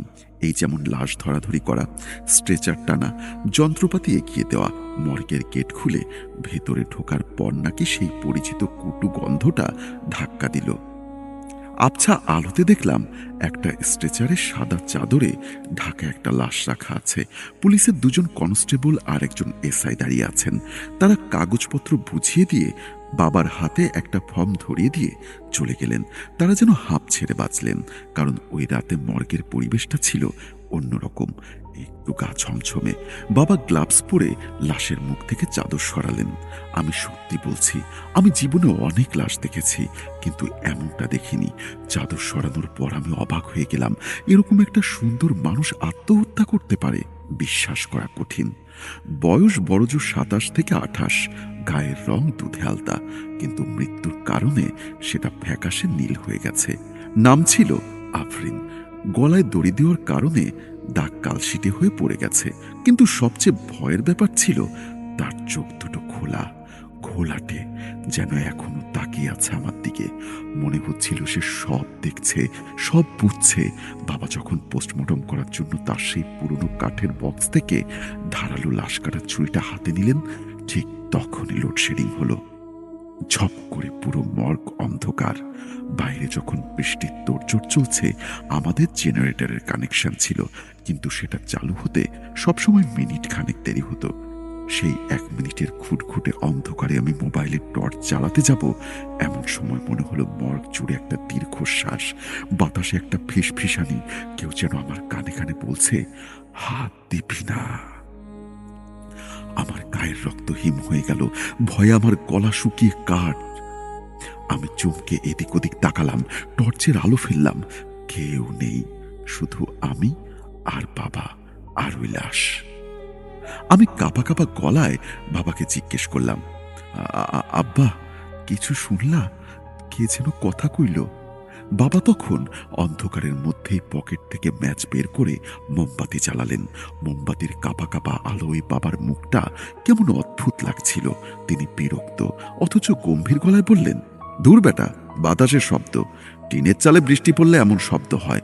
লাশ কাটতে গেলে এত ভয় পাইলে চলে? ততক্ষণে জেনারেটরের লাইট জ্বলে উঠল। টিউবলাইটটা কয়েকবার জ্বলতে গিয়ে নিভে গিয়ে আবার জ্বলে উঠল। বাবা কাজ শুরু করলেন। আমি গিয়ে পানি দিলাম। লাশের গলায় দড়ির দাগ পরীক্ষা করার সময় বাবার চোখ আটকে গেল মেয়েটার গলার নিচে, যেখানে কালো সুতোয় ঝোলানো একটা চিকুন সোনার চেন ছিল। চেনটা চামড়ার সাথে একেবারে লেপ্টে আছে, যেন গলার মাংসের ভেতরে ঢুকে গেছে। চেনের লকেটে কিছু একটা লেখা, একটা নকশা। মর্গে তখন আমরা দুজন ছাড়া আর কেউই নেই। শয়তান তখন বারবার মাথায় ভর করছে। তিনি চেনটা খুব সাবধানে, যেন কেউ বুঝতে না পারে এমন ভঙ্গিতে লাশের গলা থেকে খোলার চেষ্টা করলেন। আমি দেখলাম বাবা কি করছেন। আমি ফিসফিস করে বললাম, আব্বা, এইটা পুলিশের লিস্টে নাই, রাইখা দাও, ঝামেলা হইব না। বাবা আমার দিকে তাকিয়ে চোখ রাঙিয়ে বললেন, চুপ থাক, পুলিশের লিস্টে নাই। পুলিশের লিস্টে থাকলে ওরা আগেই রাইখা দিত। অভাবের সংসারে এইটুকু সোনার অনেক দাম। বাবা চেনটা ছিঁড়ে ফেললেন না, বরং খুব কায়দা করে লকেটটা খুললেন। লকেটটা হাতে নিতেই বাবার হাত কেঁপে উঠল, যেন জিনিসটা খুব ঠান্ডা বা গরম। কিন্তু ওটা উনি নিজের পকেটে ঢুকিয়ে ফেললেন তখনই। আমরা জানতাম না ওই চেনটা কোনো সাধারণ অলংকার ছিল না, ওটা ছিল একটা তালা, যা খুলে বাবা নিজের মৃত্যুর পরোয়ানায় সই করে ফেললেন। পোস্টমর্টেম শেষ করতে করতে প্রায় ভোর 4টা হয়ে গেল। আমরা যখন কাজ শেষ করে হাত ধুচ্ছি, তখন আমার মনে হলো লাশটার মুখের ভঙ্গি বদলে গেছে। আগে মনে হচ্ছিল সে তাকিয়ে আছে, এখন মনে হলো তার ঠোঁটের কোনায় খুব সামান্য একটা বাঁকা হাসি লেগে আছে, যেন সে আমাদের বোকামি দেখে হাসছে। আমরা যখন বাসায় ফিরলাম, তখন ফজরের আজান দিচ্ছে। আমার বাবা হসপিটাল কোয়ার্টারের নিচতলায়, সাথে রুম 2টা মাত্র ঘর। বাবা এসেই গেঞ্জিটা পাল্টে চেনটা আলমারি পুরনো কাপড়ের ভাঁজে মায়ের একটা শাড়ির ভেতরে লুকিয়ে রাখলেন। মা তখন রান্নাঘরে ভাতের চাল ধুচ্ছিলেন। বাবা আমাকে ইশারা করলেন চুপ থাকতে। আমি ক্লান্ত ছিলাম, তাই কথা বাড়ালাম না। ভাবলাম যা হওয়ার হয়েছে, কাল হয়তো বাবা এটা বিক্রি করে দেবে। সেই দিনটা কোনো মতে কাটলো, কিন্তু বিপত্তি শুরু হলো পরের রাত থেকে। আমি আর বাবা একই ঘরে ঘুমোই। মা পাশের রুমে ছোট বোনকে নিয়ে থাকেন। সেদিনও লোডশেডিং ছিল, ভ্যাপসা গরম। আমি জানালার পাশে শুয়েছিলাম, বাবা খাটের অন্য পাশে। মাঝরাতে হঠাৎ একটা অদ্ভুত শব্দে আমার ঘুম ভেঙে গেল। মনে হলো কেউ একজন খুব কষ্টে শ্বাস নিচ্ছে, যেন শ্বাসনালীতে কিছু আটকে গেছে। গঙ্গানির মতো শব্দ। আমি ধরফর করে উঠে বসলাম। মোবাইলটা বালিশের নিচ থেকে নিয়ে টর্চ জ্বালালাম। আলোটা বাবার উপরে পড়তেই আমি শিউরে উঠলাম। বাবা খরমাক্ত শরীরে বিছানায় ছটফট করছেন। তার শরীরটা অদ্ভুতভাবে পেকে গেছে, চোখ দুটো উল্টে কপালে উঠে গেছে, শুধু সাদা অংশ দেখা যাচ্ছে, আর মুখ দিয়ে ফেনা বের হচ্ছে। মনে হচ্ছে অদ্ভুত কেউ বাবার বুকের উপর বসে তার গলা টিপে ধরে আছে। আমি ভয়ে চিৎকার দিয়ে উঠলাম, আম্মা, আম্মা, আব্বার কি হয়েছে দেখো। আমার চিৎকারে আম্মা দৌড়ে এলেন। মা এসে বাবাকে অনেক কষ্টে শান্ত করলেন, বাবার মুখে পানি ছিটিয়ে দিলেন। বাবা উঠে বসে থরথর করে কাঁপছিলেন। তার চোখগুলো তখনও বড় বড়, যেন তিনি চোখের সামনে ভয়ানক কিছু দেখেছেন। মা গ্লাসে করে পানি এগিয়ে দিলেন। পানি খাবার পর বাবা হাঁপাতে হাঁপাতে ফিস ফিস করে বললেন, রিয়াজ, ওই মাইয়াডা আইছিল। আমি অবাক হয়ে বললাম, কোন মেয়ে আব্বা, কোন মেয়ে? আব্বা ভয়ভারিত চোখে আমার দিকে তাকালেন। তারপর তিনি যা বললেন তাতে আমার পায়ের নিচ থেকে মাটি সরে গেল। আফরিন, যার লাশ কাটলাম। মায়ের মুখ ভয় সাদা হয়ে গেল। মা ভাবলেন বাবা হয়তো লাশের চিন্তার স্ট্রেস থেকে স্বপ্ন দেখেছেন। মা বললেন, তুমি এসে চিন্তা করেছ, অজু কইরা শুইয়া পরে ঘুমো, তাবিজ আনলে সব ঠিক হয়ে যাইব গা। বাবা আর কোনো কথা বললেন না, কিন্তু আমি দেখলাম বাবার নজর বারবার আলমারির দিকে যাচ্ছে। তিনি আর ওই রাতে ঘুমোতে পারলেন না। সারা রাত তিনি বিড়বিড় করে দোয়া পড়তে লাগলেন। কিন্তু ব্যাপারটা সেখানেই শেষ হলো না, বরং ওটা ছিল শুরু। পরের দুদিন বাবার অবস্থা চোখের সামনে খারাপ হতে লাগলো। বাবা ডিউটিতে যাওয়া বন্ধ করে দিলেন। বাবা বললেন তিনি যখন একা থাকেন তখনই নাকি আফরিনকে দেখতে পান বাথরুমের আয়নায়, এমনকি দিনের বেলাতেও। বাবা বলতেন মেয়েটা নাকি স্বাভাবিকভাবে হাঁটে না, তা উল্টো। একদিন দুপুরে আমি বাজার থেকে ফিরে দেখি বাবা ঘরের কোনায় বসে আছেন, হাতে একটা বাটি। তিনি কাঁদছেন। আমি কাছে যেতেই বাবা আমাকে জড়িয়ে ধরলেন, বললেন, রিয়াজ, আজকা বাথরুমে গেছিলাম, আয়নায় দেখি আমার চেহারা নাই, ওই মাইয়া চেহারা আমারে কয় সেইটাতে। আমি বাবাকে বললাম, তাহলে সেন্ডা দিয়াই দাও, কার জিনিস কে জানে, হয়তো এইডার লাইগাই ঘুরতাছে ওইভাবে আত্মাটা, পুলিশের কাছে গিয়া জমা দিয়া দাও। বাবা তখন মাথা নিচু করে কান্নাকাটি শুরু করলেন। বললেন, আমি তো ওইটা বেইসা দিছি রে বাপ, ওই টাকা দিয়া তোর মায়ের ওষুধের বকেয়া শোধ করছি, তোর বোনের পরীক্ষার ফিস দিছি, অহন সেন কই পামু? বাবার কথা শুনে আমার হাত পা ঠান্ডা হয়ে গেল। বিক্রি কইরা দিছে যখন, এখন এই সেন ফেরত পাওয়া তো অসম্ভব। স্বর্ণকার তো এতক্ষণে ওইটা গলায় ফেলছে। কিন্তু বাবার অবস্থা দেখে মনে হচ্ছিল চেন ফেরত না দিলে তিনি আর বাঁচবেন না। তিনি মানসিক ভারসাম্য হারিয়ে ফেলেছেন। এটা কি সত্যি কোনো জিনের আসর, নাকি বাবার মনের ভুল? আমি বুঝতে পারছিলাম না। ডাক্তার দেখানোর মতো সামর্থ্য বা সাহস কোনোটাই আমাদের ছিল না। 3 দিন পর বাবা সিদ্ধান্ত নিলেন তিনি মেয়েটার পরিবারের সাথে দেখা করবেন। হয়তো তাদের কাছে ক্ষমা চাইলে বা কিছু টাকা দিলে এই বিপদ কাটবে। পুলিশের ফাইলে আফরিয়ার ঠিকানা দেওয়া ছিল, মুক্তাগাছার এক প্রত্যন্ত গ্রাম। আমি আর বাবা একদিন সকালে বাসে করে রওনা দিলাম। গ্রামটা অদ্ভুত ছায়া ঘেরা। বাড়িটা খুঁজে পেতে আমাদের অনেক কষ্ট হলো। জরাজীর্ণ একটা টিনের ঘর, উঠোনে আগাছা জমে আছে। আমরা পরিচয় দেবার পর আফরিনের মা বেরিয়ে এলেন, বয়স্ক ভদ্র মহিলা, চোখের নিচে কালি। আমাদের পরিচয় পাবার পর তিনি কান্নায় ভেঙে পড়লেন। বাবাই দস্তত্ব করে আফরিয়ার মৃত্যুর কারণ এবং আমাদের সাথে ঘটা অদ্ভুত ঘটনাগুলোর কিছু অংশ বললেন। তবে চেন চুরির কথা ভয়ে গোপন রাখলেন। তিনি বললেন যে মেয়েটাকে তিনি স্বপ্ন দেখেছেন এবং মেয়েটা কিছু একটা চাইছে। তিনি জানতে চাইলেন মেয়েটা মৃত্যুর আগে বিশেষ কিছু বলে গেছে কিনা, বা তার কোনো অপূর্ণ ইচ্ছা ছিল কিনা। আফনের মা চোখ মুছে যা বললেন তা শুনে আমাদের রক্ত পানি হয়ে গেল। তিনি বললেন, বাবা, আমার মেয়ে স্বাভাবিক ছিল না, ও একটা ছেলের সাথে সম্পর্কে জড়িয়েছিল, কিন্তু ছেলেটা ওকে পাত্তাই দিত না। আফরিন জিদ ধরেছিল যে করেই হোক ওই ছেলেকেই চাই। একদিনও তান্ত্রিকের খোঁজ পায় যে নাকি জিন বশ করে কাজ হাসিল করে দেয়। আমি অনেক বারণ করেছিলাম, কিন্তু ও শোনেনি। ব্ল্যাক ম্যাজিকের আশ্রয় নেয়। ভদ্রমহিলার ঘরের ভেতর থেকে একটা পুরানো ডায়েরির কিছু অংশ তিনি নিয়ে এসে আমাদের দেখালেন। পাতাগুলো আগুনে ঝলসানো, কিন্তু কিছু লেখা এখনো পড়া যাচ্ছে। সেখানে শয়তান ডাকার মন্ত্র, রক্ত দিয়ে লেখা শপথ, এগুলো ছিল। আফরিনের মা বলতে লাগলো, ওই ডায়েরিতে লেখা ছিল, শয়তানের সাহায্য নিতে হলে নিজের সবচেয়ে প্রিয় কিছু উৎসর্গ করতে হয়। আফরিন তাই করেছিল। ওদের বিয়ে হলো, কিন্তু শয়তানের সাথে লেনদেন এত সহজ ছিল না। বিয়ের 1 মাসের মাথায় ছেলেটা ট্রাক অ্যাক্সিডেন্টে মারা যায়।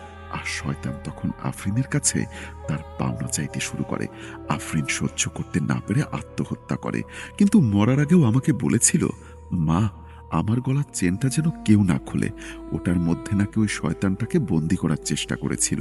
ওটা খুললে শয়তান ছাড়া পেয়ে যাবে। বাবার মুখ তখন মরা মানুষের মতো সাদা হয়ে গেছে।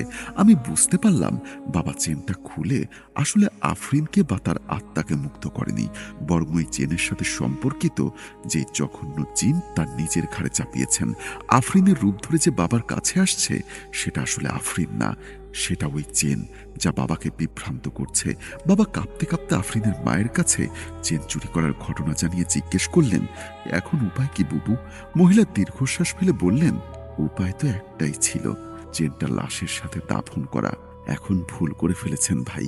এখন আল্লাহর কাছে মাপ চাওয়া ছাড়া আর কোনো রাস্তা নেই। ওই চেন যার কাছে থাকবে তার রক্ত না নেওয়া পর্যন্ত ওই জিনিস শান্ত হবে না। আমরা বাড়ি ফিরলাম, কিন্তু বাসে ফেরার সময় থেকেই বুঝলাম আমাদের সাথে কেউ একজন আছে। বাসের পেছনের সিটে আমি আর বাবা বসেছিলাম। হঠাৎ বাবা আমার হাত খামচে ধরলেন। তার হাতটা বরফের মতো ঠান্ডা। তিনি ফিসফিস করে বললেন, রিয়াজ, দেখ, ওই দেখ। জানালার বাহিরে আমি তাকালাম। বাইরে তখন সন্ধ্যা নেমে এসেছে। রাস্তার পাশের ধান ক্ষেত। আমি কিছুই দেখলাম না। বাবা বললেন উনি দেখতে পাচ্ছেন যে ধান ক্ষেতের মাঝখান দিয়ে একটা ছায়া বাসের সাথে সাথে দৌড়চ্ছেন, মানুষের মতো গরম, কিন্তু তার গতি বাসের চেয়েও বেশি। তার চোখ দুটো অন্ধকারেও চলচল করছে।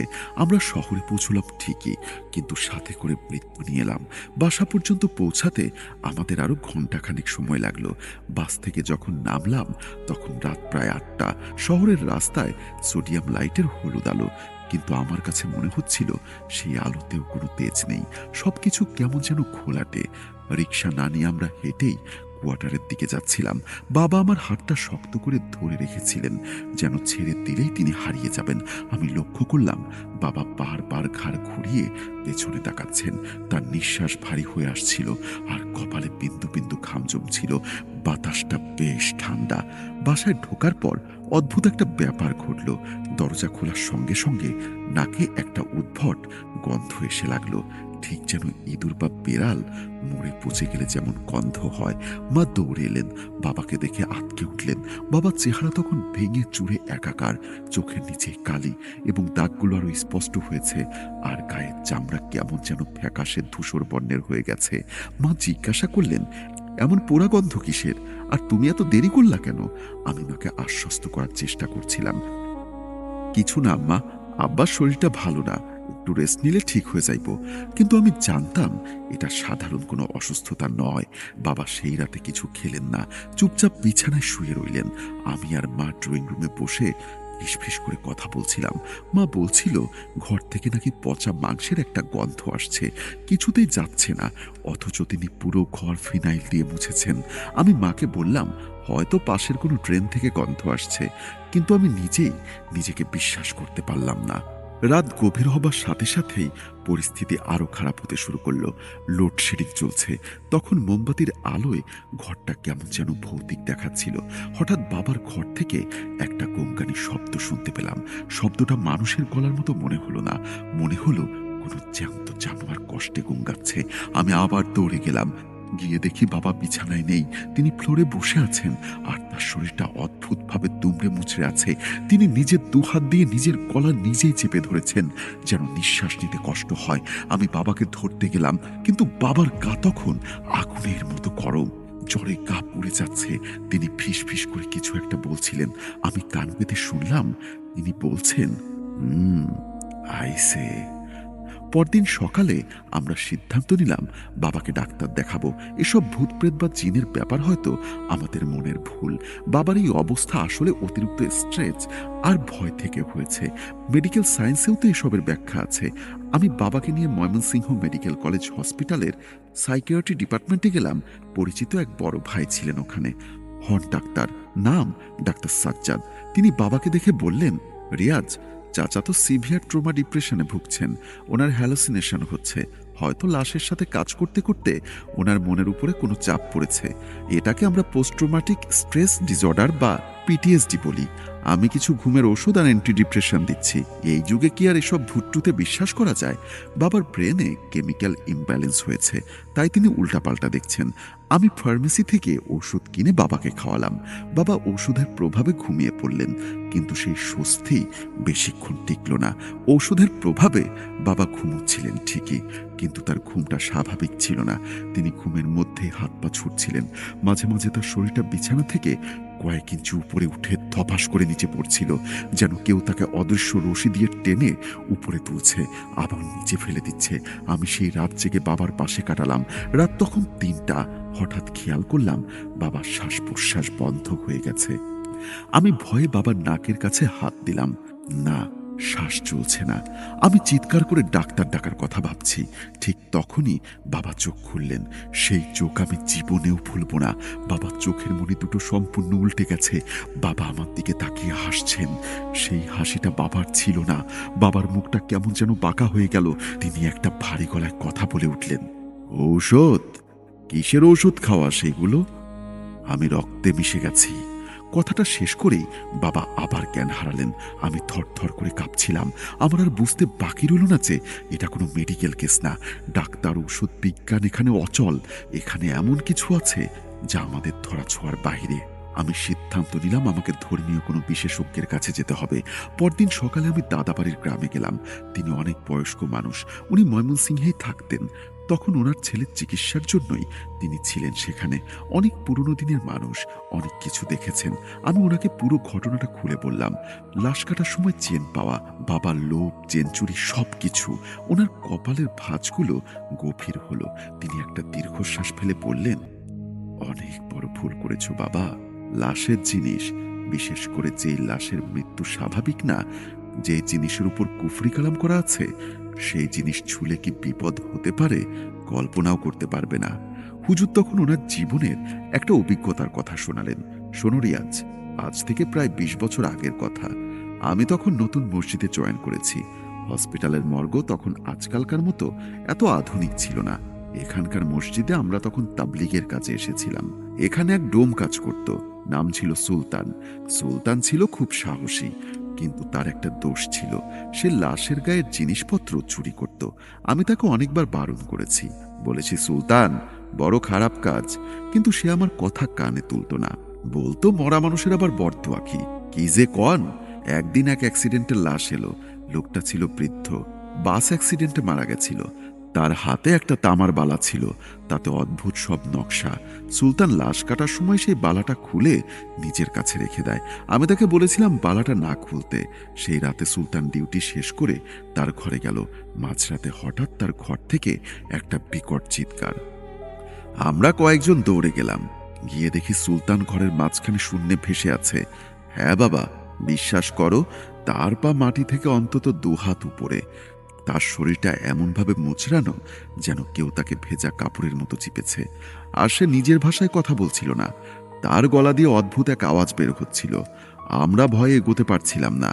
আমি সাহস করে আয়াতুল কুরসি পড়তে শুরু করলাম। আমি যত জোরে পড়ি, সুলতান তত জোরে চিৎকার করে। এক পর্যায়ে সুলতান ধপাস করে মাটিতে পড়ে গেল। আমরা কাছে গিয়ে দেখলাম তার হাতের সেই তামার বালাটা তার মাংসের ভেতরে ঢুকে গেছে, যেন ওটাকেও আগুনের মতো গরম করে হাড় পর্যন্ত পুড়িয়ে দিয়েছে। সুলতান আর বাঁচেনি। সে মারা যাওয়ার আগে শুধু বলেছিল, ও আমাকে ছেড়ে যায়নি হুজুর। সুলতানের লাশ দাফন করার সময় আমরা দেখেছিলাম তার কবরের মাটি বারবার ধসে পড়ছিল। অনেক কষ্টে তাকে দাফন করা হয়। হুজুর থামলেন। তার চোখে এক ধরনের আতঙ্ক আর সতর্কবার্তা। তিনি আমার দিকে তাকিয়ে বললেন, রিয়াজ, তোমার বাবার অবস্থা সুলতানের চেয়েও খারাপ হতে পারে, কারণ সুলতান শুধু একটা জিনিস নিয়েছিল, আর তোমার বাবা এমন একটা জিনিস নিয়ে এসেছে যা একটা শয়তানকে বন্দি করার কাজে লাগানো হয়েছিল। ওই চেনটা ছিল তালা, সে সহজে ছাড়বে না। আমি হুজুরের হাত ধরে কান্না শুরু করে দিলাম, আমার আব্বাকে বাঁচান। হুজুর আমার মাথায় হাত রাখলেন। কান্না থামাও, আল্লাহর উপর ভরসা রাখো, আমি আসবো রাতে, কিন্তু মনে রেখো এটা কোনো সাধারণ রুকাইয়া বা ঝাড়ফুঁক না, এটা একটা যুদ্ধ। আমি মাথা নাড়লাম, আমরা প্রস্তুত। রাত তখন প্রায় 11টা। হুজুর তার কিছু ছাত্র আর প্রয়োজনীয় জিনিসপত্র নিয়ে আমাদের বাসায় এলেন। তিনি সঙ্গে করে আগরবাতি, গোলাপ জল আর পুরনো কিতাব নিয়ে এসেছিলেন। বাসায় ঢোকার আগেই হুজুর থমকে দাঁড়ালেন। তিনি দরজার দিকে তাকিয়ে বললেন, রিয়াজ, তোমাদের ঘরের ভেতরে খুব বাজে একটা জিনিস আছে। আমি এখান থেকে তার উপস্থিতি টের পাচ্ছি, খুব সাবধান। আমরা ঘরে ঢুকলাম। বাবা তখন বিছানায় শুয়েছিলেন, তার হাত পা রশি দিয়ে খাটের সাথে বাঁধা। আমি বেঁধে রেখেছিলাম, কারণ সন্ধ্যায় তিনি মাকে আক্রমণ করার চেষ্টা করেছিলেন। বাবাকে দেখে হুজুর তার ছাত্রদের ইশারা করলেন। তারা ঘরের চারকোনা বন্ধ করার জন্য আজান দিতে শুরু করলেন। আজানের শব্দ শুরু হতেই বাবার শরীরটা অদ্ভুতভাবে বেঁকে গেল। তিনি এমন জোরে রশি টানতে শুরু করলেন যেন খাটের পায়াগুলো পর্যন্ত ক্যাচ ক্যাচ শব্দ করতে লাগলো। বাবার মুখ দিয়ে ফেনা বের হতে শুরু করলো। হুজুর বাবার অবস্থা দেখে শিউরে উঠলেন। তিনি বাবাকে বসালেন। তিনি বাবার কপালে হাত রেখে সূরা ফাতিহা পড়া শুরু করলেন। হুজুরের হাত কপালে ঠেকাতেই বাবা বিকট এক চিৎকার দিলেন। সেই চিৎকার মানুষের গলা ছিল না, মনে হলো হাজার হাজার শিয়াল একসঙ্গে ডেকে উঠল, তোর এক পা কবরে, এখন আমার শরীরটা কবরে নিতে চাস? হুজুর ঘাবড়ালেন না, তিনি আরো জোরে তেলাওয়াত শুরু করলেন। বাবার শরীর থেকে কেমন উত্তাপ বের হতে শুরু করলো। হঠাৎ বাবা আমার দিকে তাকালেন। সেই চাহনি বাবার ছিল না। রিয়াজ, রিয়াজ ভাই, আমাকে বাঁচান, এরা আমাকে পুরো পুড়িয়ে মারছে। আমি চমকে উঠলাম, এই তো সেই গলা। আফরিনের মা যখন আফরিনের কথা বলছিল, তখন আমার কল্পনায় যে শটটা ছিল ঠিক তেমন। হুজুর ধমক দিয়ে উঠলেন, রিয়াজ, খবরদার, কোনো কিছু করবে না, নিজের জায়গায় দাঁড়িয়ে থাকো। আমি থমকে গেলাম। বাবা বা আফরিনের গলার স্বর মুহূর্তেই বদলে গেল। এটা এখন ভারী কর্কশ আর হিংস্র। তুই ভাবছিস আমি একা? তোর পেছনে কে দাঁড়িয়ে আছে দেখ। হুজুর এবং আমরা সবাই চমকে পেছনে তাকালাম, কিন্তু সেখানে কেউ ছিল না। এটা ছিল আমাদের মনোযোগ সরানোর একটা জাল। এই ফাঁকে বাবা একটা হ্যাচকা টানে তার হাতের বাঁধন ছিঁড়ে ফেললেন। মানুষের পক্ষে এত মোটা দড়ি ছেঁড়া অসম্ভব, কিন্তু বাবার গায়ে তখন অতি প্রকৃত শক্তি। বাঁধন ছিঁড়েই বাবা হুজুরের গলা লক্ষ্য করে ঝাঁপিয়ে পড়লেন। আমি আর হুজুর ছাত্ররা মিলে বাবাকে চেপে ধরলাম। বাবার গায়ের জোর তখন 10টা মানুষের সমান। হুজুর তখন পকেট থেকে একটা ছোট বোতল বের করলেন, তাতে জমজমের পানি আর জাফরান মেশানো ছিল। তিনি সেটা বাবার মুখে ছিটিয়ে দিলেন। বাবা চিৎকার করে উঠলেন। হুজুর কাঁপতে কাঁপতে উঠে দাঁড়ালেন। তার কপালে ঘাম, পাগড়িটা খুলে পড়েছে। তিনি আমার দিকে তাকিয়ে বললেন, সময় খুব কম, রিয়াজ এখন দুর্বল আছে ও, কিন্তু আবার শক্তি সঞ্চয় করবে। আমাদের এক্ষুনি চূড়ান্ত কিছু করতে হবে। তুমি কি জানো ওই চেনটা বা লকেটটা আসলে কি ছিল? ওটা শুধু সোনা ছিল না, ওটা ছিল একটা শুদ্ধি বা চুক্তি। আফরিন শয়তানের সাথে চুক্তি করেছিল, সেই চুক্তির প্রতীক ছিল ওই চেনটা। আমাদের ওই চুক্তিটা আবারও সিলগালা করতে হবে। এবার এই শয়তানটাকে জোর করে বের করতে হবে। খুবই বিপজ্জনক কাজ। আমি কাঁদতে কাঁদতে বললাম, হুজুর, আপনি যা ভালো বোঝেন করুন, আমি শুধু আমার বাবাকে ফেরত চাই। হুজুর তখন তার ঝুলি থেকে 7টা লোহার পেরেক আর একটা হাতুড়ি বের করলেন। তিনি বললেন, আমি এখন এই ঘরটা বন্ধ করব। এই 7টা পেরেক 7টা আয়াত পড়ে ঘরের দরজায় আর জানালায় পুঁতব। এতে ও আর পালাতে পারবে না, কিন্তু ও তখন আরো হিংস্র হবে। তোমরা কেউ ভয় পাবে না। হুজুর যখন প্রথম পেরেকটা দরজায় ঢুকাতে গেলেন, তখন বাহিরে প্রচণ্ড জোরে বাতাস বইতে শুরু করলো। জানালার কাঁচগুলো ছনছন করে উঠল। মনে হলো পুরো বাসাটা কাঁপছে। আর বাবার শরীরটা তখন শূন্যে ভাসতে শুরু করলো। তিনি বিছানা থেকে অন্তত 2 ফুট উপরে উঠে ভেসে রইলেন। তার মাথাটা নিচের দিকে ঝুলে আছে আর হাত পাগুলো ছড়িয়েছিল। দৃশ্যটা দেখে আমার রক্ত হিম হয়ে গেল। বাবা উল্টো হয়ে ঝুলে থাকা অবস্থায় আমার দিকে তাকিয়ে বললেন, তোরা কি সত্যি ভাবছিস পেরেক পুঁতে আমাকে আটকাতে পারবি? রিয়াজ, তুই কি চাস তোর বাবা বাঁচুক? দরজা খুলে দে। আমি দ্বিধায় পড়ে গেলাম। হুজুর বললেন, রিয়াজ, ওর চোখের দিকে তাকাবে না, তোমাকে সম্মোহিত করার চেষ্টা করছে। কিন্তু আমি ভুলটা করেই ফেললাম। আমি বাবার চোখের দিকে তাকালাম, আর তাকানোর সাথে সাথে আমার মনে হলো আমি একটা গভীর অন্ধকার কুয়োর মধ্যে পড়ে যাচ্ছি। আমার চারিপাশে সব কিছু ঝাপসা। কেউ একজন আমাকে বলল, দরজাটা খুলে দে। আমার হাত নিজের অজান্তেই দরজার সিটকানের দিকে এগিয়ে গেল। হুজুর চিৎকার করে উঠলেন, রিয়াজ, না! হুজুরের ধমকে আমার সমবেত ফিরে এলে তিনি এক ঝটকায় আমাকে দরজার কাছ থেকে সরিয়ে দিলেন। ঠিক সেই মুহূর্তে দরজার বাইরের দিক থেকে প্রচণ্ড এক ধাক্কা এলো, যেন কোনো বন্য হাতি সমস্ত শক্তি দিয়ে দরজায় আঘাত করছে। কাঠের দরজাটা মরমর করে উঠল। হুজুর আমাকে ইশারা করলেন বাবার পায়ের দিকটা চেপে ধরতে। আমি কাঁপতে কাঁপতে বাবার পা জড়িয়ে ধরলাম। বাবার শরীরটা তখন বরফের মতো ঠান্ডা, অথচ চামড়ার নিচ দিয়ে সাপের মতো কিছু একটা কিলবিল করছে। হুজুর তার ঝুলি থেকে বের করা লোহার পেরেকগুলো দরজার চৌকাঠে ঢুকাতে লাগলেন।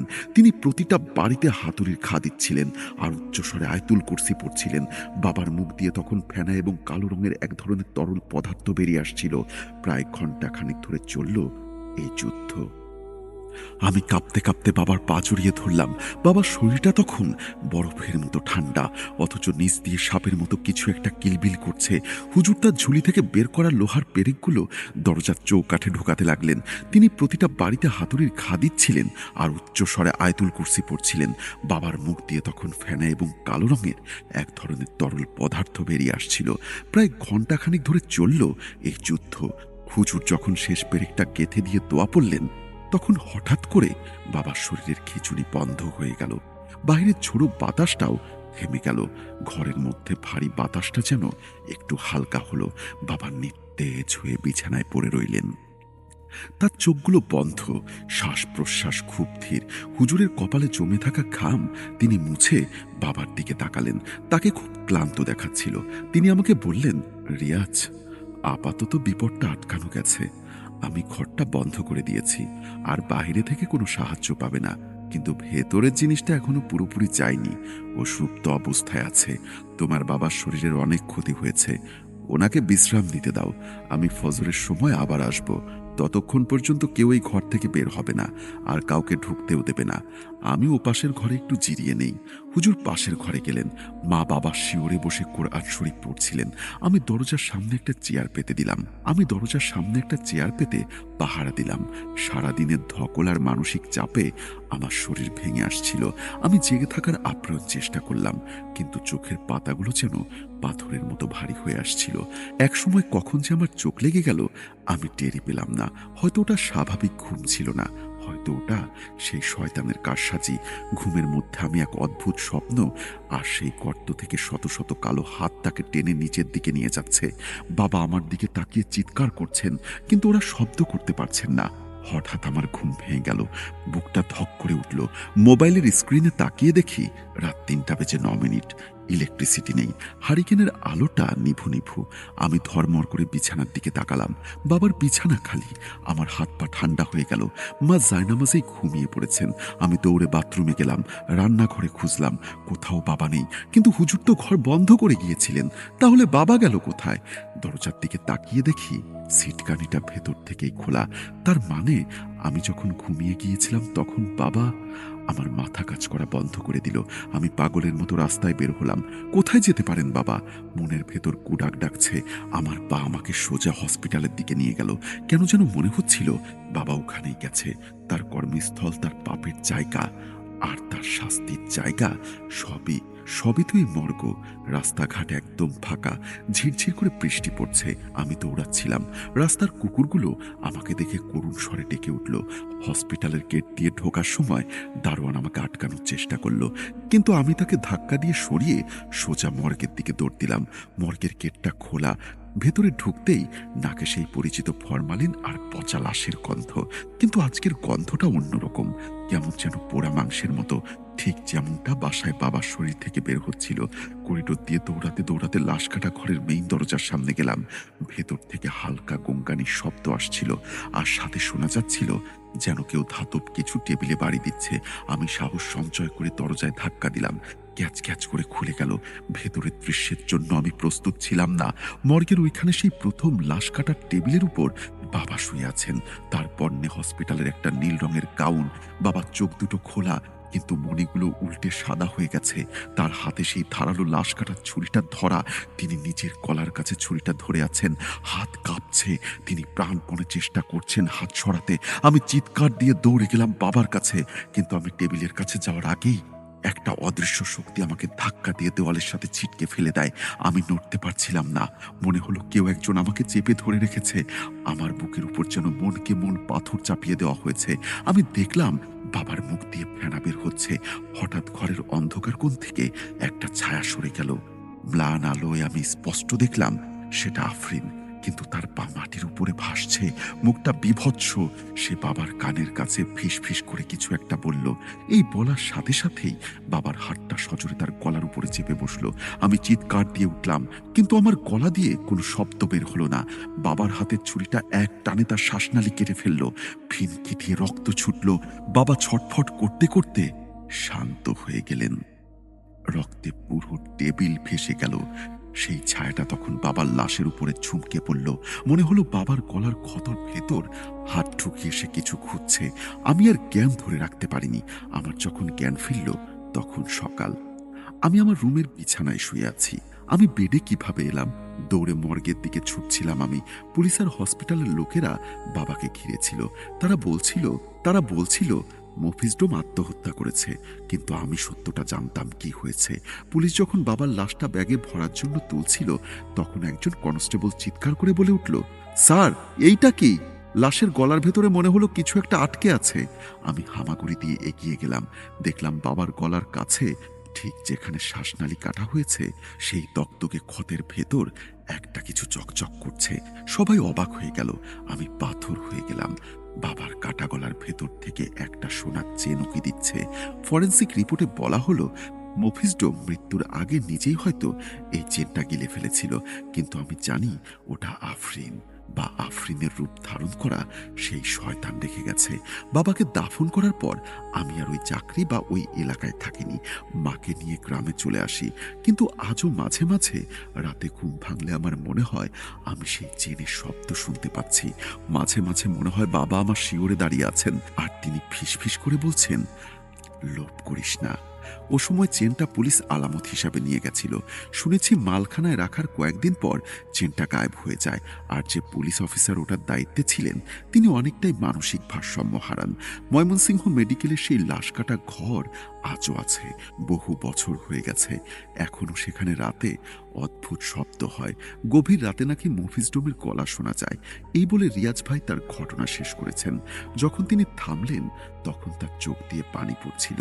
বাহিরের বৃষ্টি তখনও থামেনি, কিন্তু আমার মনে হচ্ছিল আমাদের চারিপাশের পরিবেশটা কেমন অদ্ভুত হয়ে গেছে। আসলে লোভ এমন এক জিনিস যা মানুষকে অন্ধকার করে দেয়। প্রিয় লিসনার, এই ঘটনা আমি সাবিত আলম আপনাদের জন্য সংগ্রহ করেছি। ধন্যবাদ সবাইকে। সুপ্রিয় দর্শক ও শ্রোতা, আমি আশা করব আপনারা যারা এই ঘটনাটি শুনলেন, আপনাদের সবার কাছে দুর্দান্ত লেগেছে। অনেস্টলি এই ঘটনাটি আমার কাছে দুর্দান্ত লেগেছে। সচরাচর এরকম ঘটনা খুব কম পাওয়া যায়। থ্যাংক ইউ সো মাচ সাবিত আলম ভাইকে এত সুন্দর একটি ঘটনা আমাদেরকে উপহার দেবার জন্য। তো চলুন আর কথা না বাড়িয়ে আমরা সরাসরি চলে যাই আমাদের আজকের ঘটনায়। ঘটনাটি ঠিক যেভাবে লেখা আছে আমি সেভাবেই পড়ে শোনানোর চেষ্টা করছি। আমি জামশেদ, ঢাকার ডিফেন্স এলাকায় একটা প্লট আমি আমার বাবার কাছ থেকে উত্তরাধিকার সূত্রে পেয়েছিলাম। যেখানে এই প্লটটা ছিল, সেখানে প্রায় সব বাড়ির নির্মাণ কাজ শেষ হয়ে গেছিল। আমি প্রায় 20 বছর আগে ওই বাড়িটা নির্মাণ করেছিলাম। এই বাড়ির পাশের বাড়িটা ছিল এক দম্পতির, যাদের সম্পর্কে আমরা পরে জানতে পারি। আমি দেশের বাইরে থাকতাম বলে আমার ঘরটা বন্ধই থাকতো, আর আমাদের প্রতিবেশীর বাড়িটা আমার প্লটের একদম বাম দিকে ছিল। যে সময় আমি বাড়িটা বানাচ্ছিলাম, তখন আমি মালয়েশিয়ায় থাকতাম। মালয়েশিয়ায় আমাদের একটা নিজস্ব রেস্টুরেন্ট ছিল। যতদিন বাচ্চারা ছোট ছিল, আমরা আমাদের পরিবারের সঙ্গেই থাকতাম। কিন্তু যখন বাচ্চারা বড় হতে শুরু করলো, তখন শিক্ষা আর মাতৃভূমির টান বোঝানোর জন্য ওদের দেশে আনার চিন্তা করতে লাগলাম। তাই আমি ভাবলাম ডিফেন্সের প্লটটাতে একটা বড় বাড়ি বানিয়ে ফেলবো, যেন থাকার জন্য একটা ঠিকানা হয়। এই উদ্দেশ্যেই আমি কাজটা আমার এক বন্ধুকে দিয়েছিলাম, এবং নির্মাণ থেকে শুরু করে ফিটনেসের সব দায়ভার তার কাঁধে চাপিয়ে দিলাম। আমার বিশেষ নির্দেশ ছিল, বাড়ির ভিত্তি করার আগে একটা কালো ছাগল কোরবানি দিতে হবে, আর তার রক্ত ডিমের নিচে ঢালতে হবে। কিন্তু আমাদের এখানে সব সময় বাড়ি বানানোর আগে এটা করা বাধ্যতামূলক, যেন কোনো নেতিবাচকতা থেকে দূরে থাকা যায়।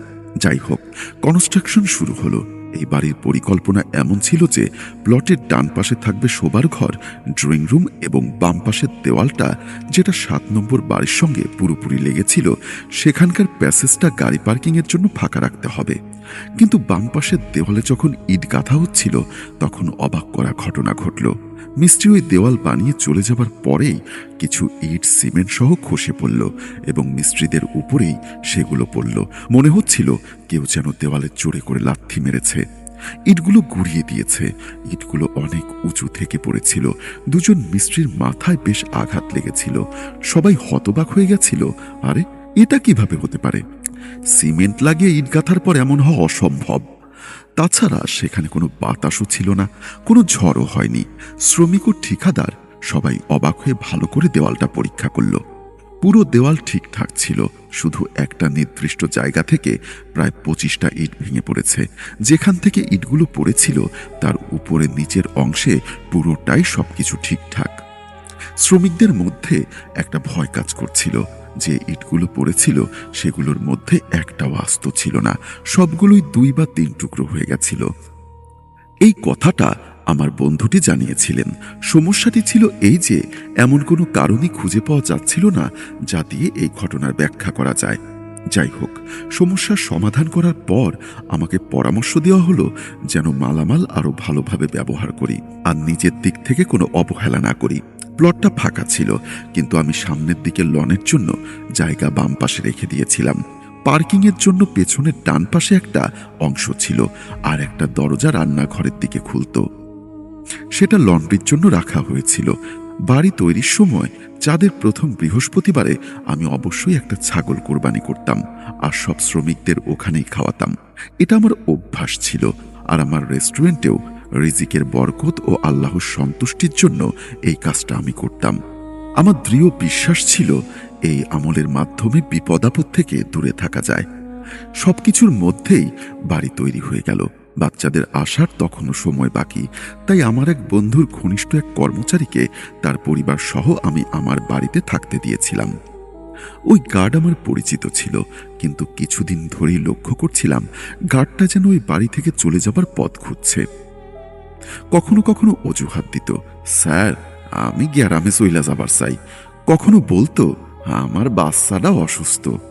আমি বুঝতে পারছিলাম আমি দূরে আছি বলে সে হয়তো নানা অজুহাত খুঁজছে। সে বিদেশে যাবার কথা শুনতেও রাজি ছিল না। আমার মনে হচ্ছিল ও কিছু একটা লুকোচ্ছে, যদিও এখানে থাকায় তার কোনো ক্ষতি ছিল না। বাড়ির ছাদ, পানি, বিদ্যুৎ, গ্যাস সবকিছুই তার নিয়ন্ত্রণে। তাহলে সমস্যাটা কি? এত বড় একটা সম্পত্তি তো আমি একা এভাবে ছেড়ে দিতে পারি না। আমি ভাবতেই পারিনি যে হঠাৎ করে আমাকে দেশে চলে আসতে হবে, বাড়িটা দেখতে আসতে হবে, আর আমার সমস্যাটাও বুঝতে হবে। তারপর আমি দেশে চলে এলাম। বাড়ির নির্মাণ কাজ দেখে আমি সন্তুষ্ট হলাম। রংতুলির কাজও হয়ে গেছিল, কিন্তু পার্কিংয়ের দিকের দেওয়ালে কিছু চিহ্ন আমার চোখে পড়ল। ওই চিহ্নটা দেওয়ালের উপরের দিক থেকে নিচ পর্যন্ত ছিল। যাই হোক, তখন আমি সেটাকে তেমন গুরুত্ব দেইনি, আর গার্ডকে বোঝানোর চেষ্টা করলাম যে আপাতত এখানেই থাকো, কিছুদিনের মধ্যে আমরাও দেশে চলে আসব। কিন্তু সিদ্ধান্ত তার হাতেই ছেড়ে দিলাম। যেটা সে ভালো মনে করবে সেটাই করবে। সে বলল, স্যার এইখানে থাকতে সত্যি আমার কোনো সমস্যা নাই, কিন্তু আমার বাচ্চাদের জন্য আমার এইখান থেকে চলে যাইতে হইব। আমি বললাম, শুনেছিলাম তোমার বাচ্চা অসুস্থ, ওদের গ্রামে নিয়ে যাবে। এখানে ঢাকায় ভালো চিকিৎসা করো, আমি ব্যবস্থা করে দিচ্ছি। স্যার ওর হাসপাতালে চিকিৎসার দরকার নাই। আমি অবাক হলাম। আসলে স্যার আমার পোলাটা একদম সুস্থ আছিল। ওর বয়স যখন 1.5 বছর, তখন আমি এখানে আইছিলাম। সারাদিন ও একা একা খেলতো, একদম ঠিকঠাক। কিন্তু কিছুদিন ধরে এই বাড়িতে আমার বাচ্চার সঙ্গে অদ্ভুত সব ঘটনা ঘটতেছে। আপনি দূরে ছিলেন তাই আপনারে বিরক্ত করি নাই। আমার বাচ্চাটা অদ্ভুত আচরণ করতেছে, দিনভর চুপ থাকে, কিন্তু রাইতের বেলায় আচরণ জন্তুর মতো হইয়া যায়। জিভ বাইরে আসে মুখ থেকে, লালা জড়তে থাকে। আর পার্কিং এর কথা কইতেছেন, পার্কিং এর ওই দেওয়ালের দিকে তাকাইলে জোরে জোরে কাঁদতে থাকে। তারপর গার্ড আমার হাত ধরে বাইরে পার্কিং এর জায়গায় নিয়ে গেল এবং সেই দেওয়ালটা দেখালো, যেখানে আমি নিজেও কিছু চিহ্ন দেখেছিলাম, কিন্তু খুব একটা খেয়াল করিনি। সে আমাকে ইশারায় দেওয়ালটা দেখালো। এখন যা আমি দেখলাম সেটা কোনো প্রাণীর ছাপ ছিল। এমনভাবে ছাপগুলো ছিল যেন কোনো প্রাণীর দেওয়াল বেয়ে নিচের মেঝেতে নেমেছে, তারপর আবার মাছ থেকে দেওয়ালে উঠেছে। আমি বললাম, আব্দুল, এটা তো কোনো জন্তুর পায়ের ছাপ, কোনো প্রাণী দেওয়াল বেয়ে নিচে নামবে কিভাবে? সে বলল, স্যার, আজ পর্যন্ত আমি এইখানে কোনো প্রাণী দেখি নাই, খালি ছাপগুলোই দেখছি। আমি বললাম, ভাই, হতে পারে যখন তুমি ঘুমিয়েছিলে তখন কোনো বিড়াল বা অন্য কোনো প্রাণী এসেছিল। না স্যার, বেড়াল বা অন্য কোনো প্রাণী নয়, বেড়াল তো এইখানে ঘোরাফেরাও করে না। আপনি কিছুদিন এইখানে থাকেন, সব বুঝতে পারবেন। শুরুতে আমলে না নিলেও তার কথা শুনে আমি চুপ হয়ে গেলাম। ঠিক তখনই আমার মাথায় সেই ইট পড়ার ঘটনা এলো। আমি আবার ওই দেওয়ালটা ভালো করে দেখলাম। সত্যিই তো ইট তো ওই দেওয়ালের দিক থেকেই পড়েছিল। এটা ভাবতেই আমার শরীরে একটা কাঁটা দিয়ে উঠল। ব্যাপার কি? আমার মনের মধ্যে অদ্ভুত কিছু প্রশ্ন ঘুরপাক খেতে লাগলো। আমি কাছে গিয়ে চিহ্নগুলোকে ভালো করে দেখলাম। সত্যি বলতে এটা কোনো সাধারণ বিড়ালের পায়ের ছাপ ছিল না। ওই ছাপ বিড়ালের পায়ের ছাপের তুলনায় অনেক বড় ছিল। আর কোথাও এই চিহ্নগুলো ছিল না, শুধু ওই একটা নির্দিষ্ট জায়গাতেই ছিল। আমি ওই দেওয়ালটা উপর পর্যন্ত দেখলাম। দেওয়ালের এই অংশটা 7 নম্বর বাড়ির দিকে যাচ্ছিল, যেটা তখন বন্ধ ছিল তাদের ছাদের দিকে। তখন আমি বেশি কিছু বুঝতে পারলাম না, শুধু মনে হলো আমাকে ব্যাপারটা খুঁজে বের করতেই হবে, কারণ যদি পরদিন অন্য কেউ এ বিষয়ে অভিযোগ করে তাহলে আমি এত দূরে থেকে কী বা করব। আমি দিনের আলোয় পুরো বাড়িটা খতিয়ে দেখলাম, কোথাও কোনো চিহ্ন ছিল না। কিন্তু কার্ডের সেই নিষ্পাপ ছেলেটাকে দেখে আমার মন খারাপ হয়ে গেল। সে খুবই দুর্বল আর রোগা হয়ে গেছে। বাচ্চাটা চুপচাপ একদিকে তাকিয়ে থাকতো, আবার ঘুমিয়ে থাকতো। তার খাওয়া দাওয়ার পরিমাণও প্রায় শূন্যের কোটায় নেমে এসেছিল। গার্ড আমাকে তার বাচ্চার তখনকার ছবি দেখালো, যখন সে নতুন নতুন এই বাড়িতে এসেছিল। সেই বাচ্চার তখনকার আর এখনকার ছবির মধ্যে আকাশ পাতাল তফাৎ। সে বলল, স্যার, এই কারণে আমি এইখান থেকে চলে যাইতে চাই। এই টাকা দিয়ে আমি কি করুম যদি আমার বাচ্চাটাই না থাকে? আমি উল্টে প্রশ্ন করলাম, তুমি কি কখনো অন্য কিছু খেয়াল করেছ? স্যার, পাশের বাড়িটা ঠিক না, যা কিছু আসে ওইখান থেকেই আসে। রাতে ওই বাড়ির পর্দা নিজে থেকেই কাইপা ওঠে, অনেক আওয়াজ হয়। এমন মনে হয় যে একজন আর একজনে আঘাত করতেছে। তারপর মনে হয় তাদের মধ্যে কেউ একজন নিচে মাটিতে পইড়া গেছে, কিন্তু বাইরে গিয়ে দেখলে কিচ্ছু পাওয়া যায় না। আমি গভীর চিন্তায় পড়ে গেলাম, কারণ আমার সন্দেহের কোনো অবকাশ ছিল না। যা কিছু হচ্ছিল ওই পাশের বাড়িটাতেই হচ্ছিল। সেই রাতে আমি উপরে নিজের ঘরে ছিলাম, আর নিচে গার্ড ও তার পরিবার ছিল। আমি আমার বন্ধুকে সব কথা বললাম। সে বলল, ওই দিন ইট পড়ার সময় আমার সন্দেহ হয়েছিল যে কোনো একটা সমস্যা তো আছে, কিন্তু এই ঘটনার পর আর কিছু না হওয়াতে আমি ব্যাপারটাকে গুরুত্ব দেইনি। আমার বন্ধু আমাকে বাড়িটা ভালো করে দেখার কথা বলল। দেখো, সমস্যা হলে কাল এ ব্যাপারে কথা বলবো, কিছু একটা করব। 4-5 দিন আমি ঠিকঠাক ভাবে ওই বাড়িতে কাটালাম। এক রাতে নিজের ল্যাপটপে অফিসের মেইল চেক করছিলাম। হিসাব নিকাশ করতে করতে ল্যাপটপের ব্যাটারি শেষ হয়ে গেল। আমি সেটা চার্জে লাগালাম। তখন দেখলাম রাত 3টা বাজে। আমি ঘরের লাইট বন্ধ করে জানালার দিকে তাকালাম এবং নিজের ঘরের পর্দা সরিয়ে সামনের ওই বাড়িটা ভালো করে দেখতে লাগলাম। কিছুক্ষণ ওই বাড়িটার দিকে তাকিয়ে রইলাম। হঠাৎ মনে হলো কেউ যেন আমার মাথাটা চেপে ধরেছে, আর তখনই আমার চোখের সামনে বাড়িটা অদ্ভুতভাবে নড়তে শুরু করলো। বাম থেকে ডানে, ডান থেকে বামে। জানি না আমার মাথা ঘুরছিল নাকি আমার মনের ভুল ছিল, নাকি আমার ভেতরের ভয়। ওই বাড়ির দিকে তাকানো আমার জন্য যেন একটা বিভীষিকা হয়ে উঠেছিল। আমি সঙ্গে সঙ্গে পর্দা টেনে দিলাম। ভয়ে রাখা জগ থেকে পানি নিলাম আর গ্লাসটা মুখের কাছে আনলাম। তখনই এক অদ্ভুত ঘটনা ঘটল। আমার হাত নিজে থেকেই কাঁপতে শুরু করলো। গ্লাসটা ধরে রাখা আমার জন্য কঠিন হয়ে পড়ল। আমি অবাক হয়ে গেলাম, শেষ পর্যন্ত আমার সাথে একই হচ্ছে। গ্লাসটা হাত থেকে পড়ে যাওয়ার উপক্রম হলে আমি তাড়াতাড়ি সেটাকে টেবিলের উপর রেখে দিলাম আর আমার হাতের দিকে তাকালাম, যা তখনও অনবরত কাঁপছে। আমার গলা শুকিয়ে কাঠ। তীব্র তৃষ্ণায় আমি অস্থির, কিন্তু কেমন যেন একটা জোর জুলুম ছিল যে আমি পানি আমার ঠোঁট পর্যন্ত আনতে পারছিলাম না। আমার মনে হচ্ছিল যেন কোনো একটা কিছু আমার উপরে ভর করেছে। যদি আমি তখনই আমার মনকে সামাল না দিতাম তাহলে সেই অদৃশ্য শক্তিটা আমাকে নিয়ন্ত্রণ করে ফেলত। আমি মনকে শক্ত করলাম, আমাকে কিছু একটা করতেই হবে। তারপর আমার মুখ থেকে শুধু আল্লাহ শব্দটি বের হলো। এরপর আমার জিহ্বা থেকে অনর্গল আয়াতুল কুরসি বের হতে শুরু করলো। আমি আয়াতুল কুরসি পড়ে নিজের চারিদিকে ফু দিয়ে একটা সুরক্ষা বলয় তৈরি করলাম। আমার কপালে একটা ব্যথা শুরু হলো। তারপর মনে হলো আমার কপালের কাঁপুনি কিছুটা কমে এসেছে। আমার কাঁপা কাঁপা হাতের আঙ্গুল দিয়ে নিজের কপালটা মাসাজ করার চেষ্টা করলাম। ঠিক তখনই নিচ থেকে একটা অদ্ভুত আওয়াজ শুনতে পেলাম। আমি তাড়াতাড়ি নিচের দিকে দৌড়ালাম আসলে কি ঘটছে তা বোঝার জন্য। আমার মাথায় তখন গার্ডের ছোট ছেলেটার চিন্তা, আর কিছুই ছিল না এছাড়া। তখন আমি দরজার কাছে পৌঁছইনি, তখনই পশুদের গর্জনের মতো আওয়াজ শুনলাম। ঠিক যেন দুটো হিংস্র চোখ একে অপরের সঙ্গে লড়াই করছে। আমার হৃৎপিণ্ড চড়ে চড়ে বিট করতে শুরু করলো, আর আমি অনুভব করলাম যেন কেউ আমার হার্টে হাত দিয়ে চেপে ধরে আছে। ভয় পেয়ে আমি আবার ঘরের লাইট বন্ধ করে পর্দা সরিয়ে ওই বাড়ির ছাদটার দিকে তাকালাম। ছাদটা দেখে আমার মনে হলো ওখানে কিছু একটা আছে। অবাক করার মতো ব্যাপার হলো এই যে আমি চোখে কিছুই দেখছিলাম না, কিন্তু আমি অনুভব করছিলাম ওইখানে কিছু একটা আছে যা আমাদের মনোযোগ আকর্ষণ করছে।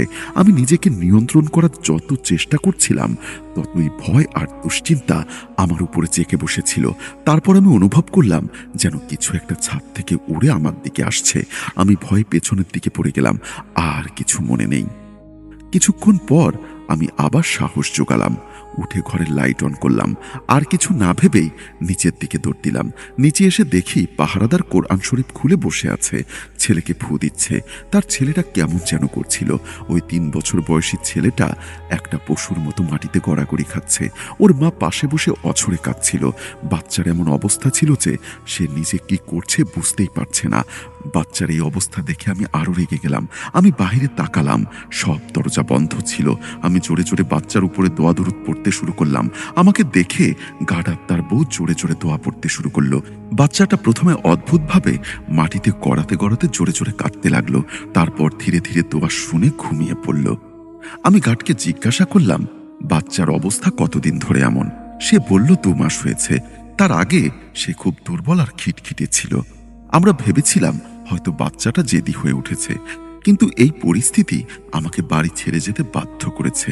আমি তার দিকে তাকিয়ে বললাম, তুমি নিশ্চিন্তে বাড়ি ছেড়ে দাও, তবে কাল আমরা কাউকে দেখাবো যেন বাচ্চার উপর থেকে অশুভ প্রভাবটা চলে যায়। তারপর যেখানে খুশি তুমি সেখানে চলে যাবে।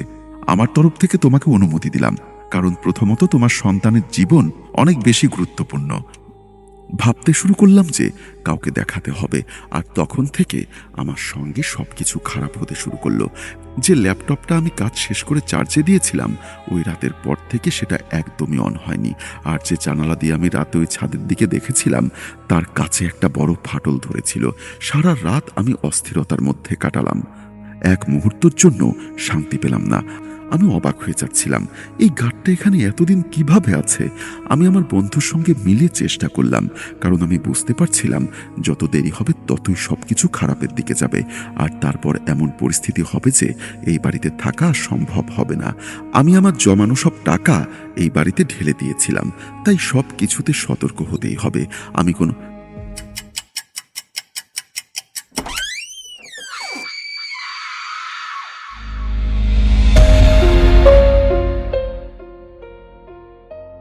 সুপ্রিয় দর্শক ও শ্রোতা, সবাইকে স্বাগত জানাচ্ছি আমাদের আজকের এপিসোডের শেষের ঘন্টায়। এবং আপনারা বরাবরই জেনে থাকবেন আমাদের এই শেষের ঘন্টায় আমাদের একজন বিশেষ গেস্ট আমাদের সামনে উপস্থিত হয় এবং আমরা তার কাছে বিভিন্ন বিষয় নিয়ে জানতে চাই। তো আজও তার ব্যতিক্রম হয়নি। আমাদের সঙ্গে এই মুহূর্তে উপস্থিত আছেন আমাদের জাকারিয়া ভাই। আমরা জাকারিয়া ভাইয়ের কাছে চলে যাব। ভাই, আসসালামু আলাইকুম, কেমন আছেন? ওয়ালাইকুম আসসালাম সাদ ভাই এবং প্রিয় লিসেনার, আমি ভালো আছি। জাকারিয়া ভাই, আসলে যেহেতু আপনি এই বিষয়ের সঙ্গে ইনভলভ এবং আপনি এই বিষয় সম্পর্কে কিছুটা হলেও জানেন, সেই সূত্র ধরে আসলে আমার নিজেরও একটু জানার ইচ্ছে এবং দর্শক শ্রোতাদেরও জানার ইচ্ছা যে বেশ কিছু প্রশ্ন আসলে আপনার জন্য রেখেছি এবং সেই প্রশ্নগুলো আমাদের দর্শকদেরই তারা কমেন্টসের মাধ্যমে জানিয়েছেন।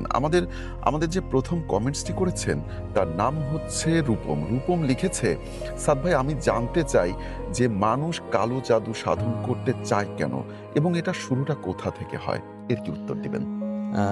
সাদ ভাই, কালো জাদু শুরুটা হয় একটা জায়গা থেকে, যখন মানুষের ঈমান নষ্ট হয়ে যায়, মানুষ যখন লোভে পড়ে যায়। যখন আল্লাহর উপর মানুষ ভরসা হারিয়ে ফেলে, জি।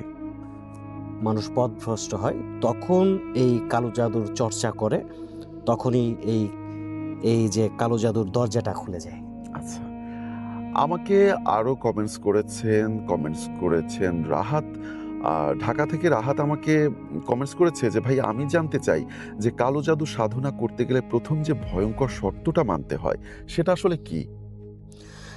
সাদ ভাই, সবচেয়ে ভয়ঙ্কর শর্তটা মানুষ জানে না। হুম, হুম। হ্যাঁ, আহ, যেটা যেটা করতে হয়, প্রথমত ইবাদত ছেড়ে দিতে হয়। আচ্ছা। নামাজ, কোরআন, দোয়া এসব থেকে দূরে যেতে হয়। এগুলো আচ্ছা। টোটালি করবে না, হুম, হুম। কারণ শয়তানি শক্তি আল্লাহর নাম সহ্য করতে পারে না। আচ্ছা, ওকে। তো এখন আরো একটা কমেন্টসে যাব। আমাকে কমেন্টস করেছেন আম নিলয় লিখছে হচ্ছে আচ্ছা, নিলয় হচ্ছে আমাদেরকে কমেন্টস করেছেন ঝিনাইদহ থেকে। তিনি লিখেছেন যে, "আমি একটু জানতে চাই যে কালো জাদু করতে গেলে কোন জায়গাগুলোতে যাওয়া লাগে? যেটা মানুষ আসলে এড়িয়ে চলে?" এই প্রশ্নটা শুনলে সাদ ভাই ভয় লাগে। আহ, যেটা করে সেটা হচ্ছে পরিত্যক্ত বাড়ি, নির্জন কবরস্থান, অন্ধকার নির্জন জায়গা, যেখানে মানুষের দোয়া নেই, সেখানেই কাজের টান সবচেয়ে, মানে এই কালো জাদুর কাজগুলো, মানে সবচেয়ে বেশি হয় আরকি। এই জায়গাগুলোতেই কালো জাদুর চর্চা বেশি হয়। আচ্ছা। তার মানে বলতে চাচ্ছেন যে আসলে যেখানে ইবাদত বন্দেগী হয়, সেই জায়গাগুলোতে আসলে এই ধরনের কালো জাদুর চর্চা বা কালো জাদু আসলে টেকে না। সেটাই তো? হ্যাঁ। ওকে। আমাকে আরো কমেন্টস করেছেন জয়নাল আমাকে লিখছে যে, "ভাই, আমি একটু জানতে চাই যে কালো জাদু সাধনায় কেন মানুষের নিজের জিনিস মানে যেমন চুল, নখ ইত্যাদি এইগুলো ব্যবহার করা হয়?" কারণ কালো জাদু মানুষের পরিচয় দিয়ে দরজা খুলে। ওকে। শয়তানি শক্তিকে বলা হয়, এই মানুষটা আমার, ওর উপর কাজ করো। এই জায়গাটায় সবচেয়ে বেশি বিপজ্জনক। ওকে। আচ্ছা, আমার যখন, মানে আমি যে আপনাকে ব্ল্যাক ম্যাজিক করব, হুম। আমি কাকে করব এটাকে চিহ্নিত করার জন্য যাকে করব তার নখ লাগে, কিংবা তার একটা জিনিস লাগে আর কি, কিংবা চুল হতে পারে, কিংবা কাপড়ের টুকরো হতে মানে পারে, তার শরীরের যেকোনো একটা যেকোনো অংশ। অংশ প্রয়োজন হ্যাঁ, হয়। যেখানে তার গন্ধ কিংবা তার কিছু মিশে আছে। ওকে। আমাকে কমেন্টস করেছেন টাঙ্গাইলের ধনবাড়ি থেকে সেলিম। সেলিম আমার কাছে জানতে চাচ্ছে যে কালো জাদু করতে গিয়ে মানুষ নিজের অজান্তে কি হারায়? সাদ ভাই, এই এই কথাটা খুব ভালো একটা প্রশ্ন করেছেন। অনেকেই ভাবে যে সে শক্তি পাবে কালো জাদু করলে, কিন্তু জি। আসলে সে হারায়। জি। সে যেটা হারায়, তার ঘুম, তার শান্তি, তার পরিবার, তার বিশ্বাস, আর ধীরে ধীরে নিজের নিয়ন্ত্রণটাও সে হারিয়ে ফেলে। ওকে। আমাকে আরিফ কমেন্টস করেছেন। আরিফ কমেন্টসে লিখেছেন যে, "আমি জানতে চাই যে কালো জাদুর সাধকেরা কেন শেষ বয়সে ভয়ঙ্কর অবস্থায় পড়ে? কারণ এরা তো চিন্তাভাবনা করে যে আমরা ভবিষ্যতে অনেক কিছু হব বা আমরা অনেক ভালো থাকব। সেটার কারণেই তো আসলে তারা কালো জাদুর সাথে ইনভলভ হয়। তাহলে তাদের অবস্থা কেন খারাপ হয়?" সাদ ভাই, মানুষ যখন কালো জাদুর চর্চা করে, তখন এই কালো জাদুর সাথে তাদের একটা চুক্তি করতে হয়। হুম, হুম। কারণ চুক্তির সময় যেটা তারা বোঝে না, সময় শেষ হলে কিছুই তাদের বাঁচাতে পারবে না। ওকে। তখন তারা নিজেরাই ভয় পায়, মানে নিজের ছায়াকে ভয় পায়, একটা সময় পাগলের মতো হয়ে যায়। আচ্ছা। অনেকের আসলে এই বিষয় নিয়ে দ্বিধাদ্বন্দ্ব আছে। যেমন আমাকে আমি এখন যে কমেন্টসটা আসলে পড়তে যাচ্ছি, আ আ সেই কমেন্টসটার উপরে ডিপেন্ড করে আমি এই কথাটা বললাম। কারণ অনেকে বিশ্বাস করেন, অনেকে করেন না। আমাকে ময়মনসিংহ থেকে ফরিদ কমেন্টসে জানিয়েছে যে, "কালো জাদু করলে কি সত্যি অন্যের ক্ষতি হয়? হ্যাঁ, কথাটা সত্যতা কতটুকু?" হ্যাঁ, অবশ্যই ক্ষতি হয়, কিন্তু তার আগে সবচেয়ে বড় যে ক্ষতিটা হয় সেটা নিজের আত্মার। কারণ আল্লাহর রহমত থেকে নিজেকে কেটে ফেলা জি। সবচেয়ে বড় ধ্বংস। কারণ আপনি যখন কালো জাদুর চর্চা করবেন, হুম, হুম। তখন পুরোপুরি আপনি শয়তানের অধীনে চলে যাবেন। ওকে। আমাকে খুলনা থেকে আরো একটি কমেন্টস করেছেন এবং এই কমেন্টসটাই হচ্ছে আমাদের আজকের পড়া শেষ কমেন্টস। খুলনা থেকে কমেন্টস করেছেন ইমরান। ইমরান লিখেছে যে, "কালো জাদু থেকে কি কখনো মুক্তি পাওয়া সম্ভব?" হ্যাঁ, অবশ্যই সম্ভব। আ সেটার জন্য আলাদা করে কিছু করার নেই, যেটা আপনাকে করতে হবে। আ কিন্তু খুবই কঠিন। সেটা হচ্ছে, আপনি যদি কঠিন মনে করেন তাহলে কঠিন। আর যদি আপনি ভাবেন যে আল্লাহ আপনার সহায়, এটা সহজ। যেমন আ খাঁটি তওবা করতে হবে, ইবাদতে ফিরে আসতে হবে, আর আল্লাহর উপর পুরোপুরি আত্মসমর্পণ ছাড়া আর কোনো রাস্তা নেই। তো তো সুপ্রিয় দর্শক ও শ্রোতা, আমরা কিন্তু আপনাদের পাঠানো কমেন্টসগুলো ইতিমধ্যেই পড়ে ফেললাম এবং জাকারিয়া ভাই কিন্তু আহ, তার মতো করে তিনি উত্তর দিয়েছেন। আশা করছি যে উত্তরগুলো আপনাদের ভালো লেগেছে। তো আমরা এখন আর বেশি কথা বাড়াবো না। আমরা এখন যেটা করব, যে জাকারিয়া ভাই আমাকে বলছিলেন যে তিনার কাছে একটা ঘটনা আছে, আমরা এখন সরাসরি সেই ঘটনায় চলে যাব। জাকারিয়া ভাই, আপনি যে ঘটনার কথাটা বলছিলেন, সেই ঘটনাটা আসলে এখন একটু শুনতে চাই। হ্যাঁ, এই ঘটনাটা সাদ ভাই খুবই আশ্চর্যজনক একটা ঘটনা, একটা পুকুরকে কেন্দ্র করে। ওকে। এই ঘটনাটা ঘটেছিল জামালপুর দিঘির পাড় একটা গ্রামে। ওই গ্রামে বিশাল বড় একটা পুকুর আছে এবং ওই পুকুরটা নাকি এক রাতে হয়েছে। আচ্ছা। এবং ওই পুকুরটার নামেই আপনার ওই গ্রামটার নামকরণ করা হয়েছে ওই দিঘির পাড়। আচ্ছা। ওই পুকুরের নামে ওই গ্রামটাকে সবাই চেনে। ওই পুকুরটা নাকি সাদ ভাই এক রাতে হয়েছে, সবাই জানে, যেটা এটা জিনের পুকুর। জিনেরা নাকি এক রাতে ওই পুকুরটা করেছিল। আচ্ছা। ওই গ্রামটা ছিল কিছুটা মানে বন জঙ্গল এই টাইপের একটা গ্রাম, মানে অনেক গাছপালা, গ্রামের জায়গা তো। তো ওখানে লোক মুখে শোনা যায় যে কোনো একদিন রাতে হঠাৎ করে ওই পুকুরটা হয়েছে এবং ওই পুকুরটা করে জিনেরা যেদিক দিয়ে গেছে সাদ ভাই, ওদিকে একটা রাস্তা হয়ে গেছে এবং ওই রাস্তা দিয়ে মানুষ খুবই চলাচল কম করে আর কি। আচ্ছা। এবং দিনের বেলা ওই জায়গাতে যেতে ভয় পায়। অনেকেই নাকি ওই জায়গায় অনেক কিছু দেখেছেন। আচ্ছা। তো ওই পুকুরে নাকি আপনার যারা গরিব দুঃখী আছেন তারা নাকি ওই পুকুরে যদি যায় বলতো যে আমার মেয়ের বিয়ে দেয়া লাগবে, আমার কিছু হাঁড়ি পাতিল লাগবে, গ্লাস লাগবে, যা যা লাগে আর কি বিয়ের অ্যারেঞ্জ করার জন্য, তো এগুলা নাকি চাইলে সে দিত পুকুর থেকে। এবং ওই পুকুরে নাকি একটা স্বর্ণের নৌকা ছিল, মাঝে মধ্যে ভেসে উঠতো। অনেকে নাকি দেখেছে ওই গ্রামের লোকজন, অনেকের কাছে শোনা যায়। তো কোনো একদিন ওই গ্রামেরই একটি মহিলা, তার একটা মেয়ে ছিল, তাদের অবস্থা খুব একটা ভালো ছিল না। তো মেয়েকে বিয়ে দিতে হবে, এখন ডেকোরেশন করবে, ওইরকম টাকা পয়সা তাদের ছিল না। গ্রামের মানুষ তো তো অনেকের কাছে শুনে যে ওই পুকুরে নাকি চাইলে পাওয়া যায়। আচ্ছা। এটা উনি কখনো দেখেনি, শুধু শুনেছে। তো উনি কি করলেন, সকালে গ্রামের মানুষ কিন্তু আপনার যে গরু ছাগল যে পালে, সকালে কিন্তু আপনার ওইটা যে ময়লা হয়, ওই ময়লাগুলো কিন্তু পরিষ্কার করে পুকুরে গিয়ে। তো উনি ওই এগুলো ময়লা জিনিসগুলো পুকুরে গিয়ে পরিষ্কার করতেছিলেন। তখন হঠাৎ করে ওনার মনে হলো যে অনেকের কাছে তো শুনি যে এই পুকুরে নাকি চাইলে দেয়, আমিও চেয়ে দেখি দেয় কিনা। এই ঘটনাটা ঘটছিল সাদ ভাই ভোরের দিকে। গ্রামের মানুষ কিন্তু ভোরবেলায় উঠে।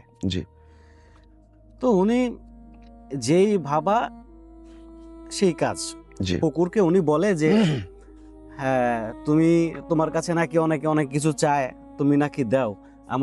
আমি তো গরিব মানুষ, আমার কিছু ওই ডিশ কি বলে কিন্তু গ্রামের ভাষায়, ডিশ কি, হাঁড়ি পাতিল গ্লাস এগুলা লাগবে। তো উনি চাওয়ার সাথে সাথে সাদ ভাই পুকুর থেকে মানে পানির নিচে থেকে হঠাৎ করে ভেসে আসলো বড় বড় পাতিল, গ্লাস, প্লেট এবং সাথে কিছু খাওয়ার জিনিস। তো এইটা নাকি সাদ ভাই কাজ শেষ হওয়ার পরে তাকে ফেরত দিয়ে দিতে হয়। এটা দেখে সাদ ভাই উনি আশ্চর্য হয়ে যায়। উনি শুধু এর আগে শুনেছেন কিন্তু কখনো নিজে চোখে দেখেনি, কিংবা তার কারোর সাথে পরিচিত কাছের কোনো মানুষের সাথে এরকম কোনো ঘটনাও ঘটেনি। এটা অনেক আগের কথা, শোনা যায়। তো উনি এইসব দেখে আশ্চর্য হয়ে গেলেন, সব কিছু নিয়ে বাড়িতে চলে আসলেন।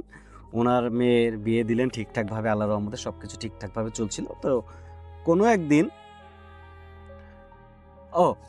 উনি আরেকটা কথা মিস্টেক করে গেছি, বিয়ে শেষ করে ওই যে জিনিসগুলো উনি নিছিলেন সবগুলো জিনিস উনি ওই পুকুরে ফেরত দিয়ে দেন।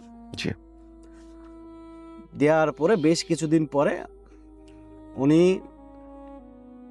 যখন ওই গ্রামের মানুষ কিন্তু ওই যে পাতা কুড়ায়, খড়ি বানায়, লাকড়ি বানায়, তো ওই পুকুরের পাশে উনি ওই পাতাগুলো ঝাড়ু দিয়ে ঝাড়ে ঝাড়ে একত্র করতেছিলেন।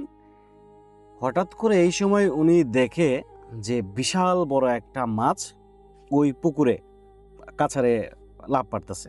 আচ্ছা। উনি কি করলেন, উনি ঝাড়ুটা রেখে ওই পুকুরের ভেতরে গেলেন, পুকুরে নামলেন, নেমে ওনার যে কাপড় ছিল ওই কাপড় দিয়ে খেও দিয়ে ওই মাছটা তুললেন।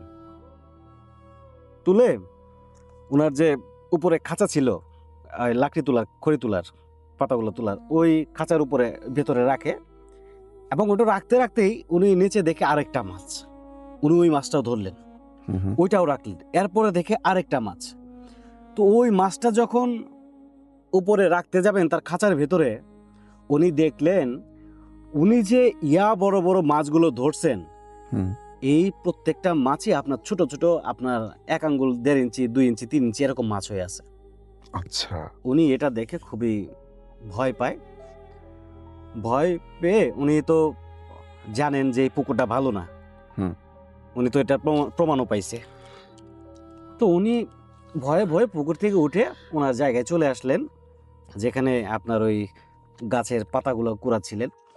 হঠাৎ করে উনি খেয়াল করলেন, যেহেতু গ্রামের জায়গা, বন জঙ্গল বেশি, হঠাৎ করে খেয়াল করলেন যে জঙ্গলের মাঝখানে একটা পুরাতন খেজুর গাছ, ওই খেজুর গাছ থেকে বিশাল আকৃতির একটা দানবের মতো, মানুষও বলা চলে না কিংবা কোনো জীব জানোয়ারও বলা চলে না, এরকম একটা আকৃতি। আচ্ছা।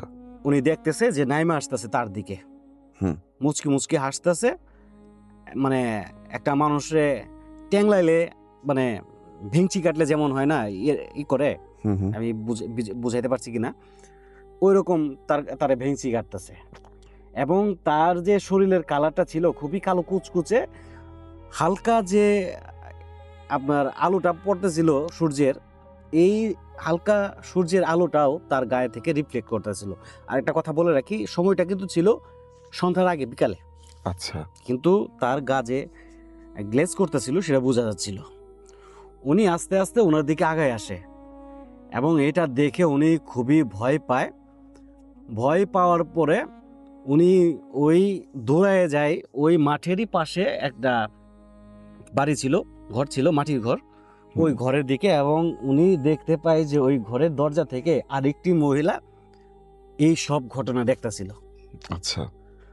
উনি দৌড়ানোর সাথে সাথে ওই মহিলাটাও চিল্লানো শুরু করে, এলাকার লোকজন জড়া হয়ে যায় এবং সাথে সাথে ওই জিনিসটা চলে যায়, আর কেউ দেখে না, ওই দুইজনই দেখছে। তো দেখার পর এইসব ঘটনা উনি খুব ভয় পায়। ভয় পাওয়ার পরে উনি বুঝতে পারে না যে কি হয়েছে এবং উনি প্রতিনিয়ত খারাপ খারাপ স্বপ্ন দেখে। গ্রামের মানুষ তো যেহেতু কবিরাজ টবিরাজ এগুলো বিশ্বাস করতেন, তো উনি একজন কবিরাজের শরণাপন্ন হন এবং ওই কবিরাজ ওনাকে বলে যে তুমি যেটা দেখছো এটা তোমার ক্ষতি করবে, তুমি আর কোনো কিছু নিছো, কোনো একটা কিছু নিছো যেটা চাইতেছে উনি, তুমি দিতেছো না, যে কারণে তোমার ক্ষতি করার চেষ্টা করতেছে, কিন্তু এটা আমি সমাধান করতে পারবো না। আচ্ছা। এখন যেহেতু উনি ওই মহিলাটা খুব রিকোয়েস্ট করলেন যে কি করা যায়, কি করলে আমি এর থেকে বাঁচতে পারবো, তখন ওই কবিরাজটি বলে যে তুমি ধনবাড়ি যাও, ধনবাড়ি অমুক একটা পীর সাহেব আছে, ওনার কাছে গিয়ে তুমি সবকিছু খুলে বলো, তাহলে উনি, আমার মনে হয় যে উনি সমাধান দিতে পারবে। তো ওনার কথা মতো ওই পীর সাহেবের কাছে যায় এবং ওই পীর সাহেব ওনাকে বলে যে আমি আজকে কিছু বলতে পারবো না, আপনার নাম ঠিকানা সবকিছু লিখে দিয়ে যান, কালকে আসবেন আমার কাছে। আচ্ছা। এবং পরের দিন ওই মহিলাটা ওনার কাছে যায়।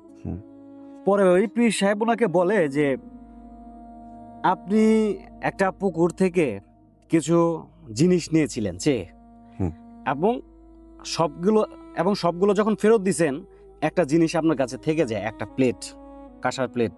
আচ্ছা। এখন উনি বুঝতে পারে না যে এই কাঁসার প্লেটটা কে নিল।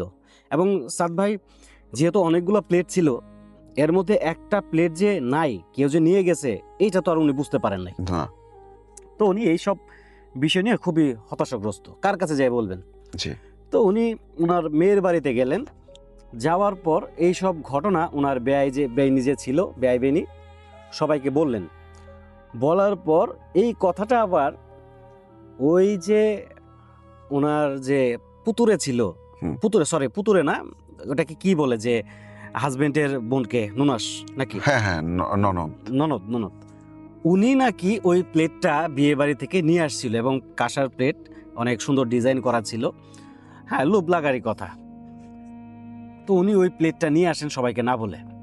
এটা আবার এই ঘটনাটা যখন শুনে যে বলতেছে, তখন উনি ওই প্লেটটা বের করে নিয়ে আসে যে মা ওই আমি এই প্লেটটা নিয়েছিলাম। হুম। তারপর ওই প্লেটটা ওনাকে দেয়, ওই প্লেটটা নিয়ে পুকুরে দিয়ে দেয়। স্যার ভাই আল্লাহর রহমতে তার সাথে আর কোনো ঘটনা ঘটে নাই। এবং আমি আমার কাছেই প্রথম ওই মহিলাটা আসছিল, ওনার কাছ থেকে আমি ঘটনাটা শুনেছি। এবং ওই যে ধনবাড়ির যে পীর সাহেব, ওনার ঠিকানাটা আমি দিছিলাম। কারণ সাদ ভাই আমি তো করি আপনার ব্ল্যাক ম্যাজিক। জি। এখানে যেটা দরকার ছিল এটা হচ্ছে আল্লাহর কালাম, হুম। যেটা আমি করি না। এই হচ্ছে ঘটনা। মানে সাদ ভাই। এই ঘটনাটা তখনকার, যখন আপনি ফার্স্ট হ্যাঁ, যখন আমি ব্ল্যাক ম্যাজিকের সাথে জড়িত ছিলাম। তো যাই হোক, সুপ্রিয় দর্শক ও শ্রোতা, অসম্ভব সুন্দর একটা এপিসোড আমরা শেষ করতে পারছি ইনশাল্লাহ। এবং সেই সাথে আমাদের ইমেলের পরে কিন্তু আপনারা এখন শুনতে পেলেন যে আমাদের এই শেষের ঘন্টায় আমাদের সঙ্গে ছিল আমাদের জাকারিয়া ভাই, এবং জাকারিয়া ভাই দুর্দান্ত কিছু প্রশ্নের উত্তর করেছেন। এবং সেই সাথে কিন্তু জাকারিয়া ভাই তিনি তার জীবনে ঘটে যাওয়া এবং তার পুরো এক্সপিরিয়েন্স হয় একটা ঘটনা তিনি আপনাদেরকে শুনিয়ে দিলেন। আশা করছি যে এই ঘটনাগুলো আপনাদের প্রচুর পরিমাণে ভালো লেগেছে। তা আমরা এখন আমাদের এপিসোড শেষ করব। তার আগে আপনাদেরকে সবাই বলে দিতে চাই, আপনার জীবনে ঘটা অথবা আপনার পরিচিত কারো জীবনে ঘটা ঘটনাগুলো যদি আপনারা আমাদের সঙ্গে শেয়ার করতে চান, তাহলে অবশ্যই আমাদের ভিডিওর ডেসক্রিপশন বক্সে দেওয়া ইমেলে আপনার সেই ঘটনা পাঠিয়ে দিতে পারেন। আমরা আপনার ঘটনা পড়ে শোনাবো। এবং সেই সাথে কিন্তু জাকারিয়া ভাই এখন প্রতি এপিসোডে আমাদের সঙ্গে থাকছেন। আপনার জীবনের সেই সব ঘটনা, যে ঘটনার কোনো ব্যাখ্যা আপনি কোনো বৈজ্ঞানিক যুক্তি দিয়ে এখন পর্যন্ত বের করতে পারেননি, সেই সব ঘটনা খুব ছোট্ট করে আমাদের কমেন্ট বক্সে লিখে দিলে আমরা সেই ঘটনা জাকারিয়া ভাইকে দেখাবো। এবং আশা করছি যে আপনার ঘটনা যদি প্যারানর্মাল হয় তাহলে জাকারিয়া ভাই বলে দেবেন, এবং যদি ঘটনাগুলো নর্মাল হয় সেটাও জাকারিয়া ভাই বলে দেবেন। তো আমরা এখন আমাদের এপিসোড শেষ করতে চাচ্ছি। সবাই ভালো থাকুন, সুস্থ থাকুন। ইনশাল্লাহ দেখা হবে পরবর্তী এপিসোডে। আল্লাহ হাফেজ।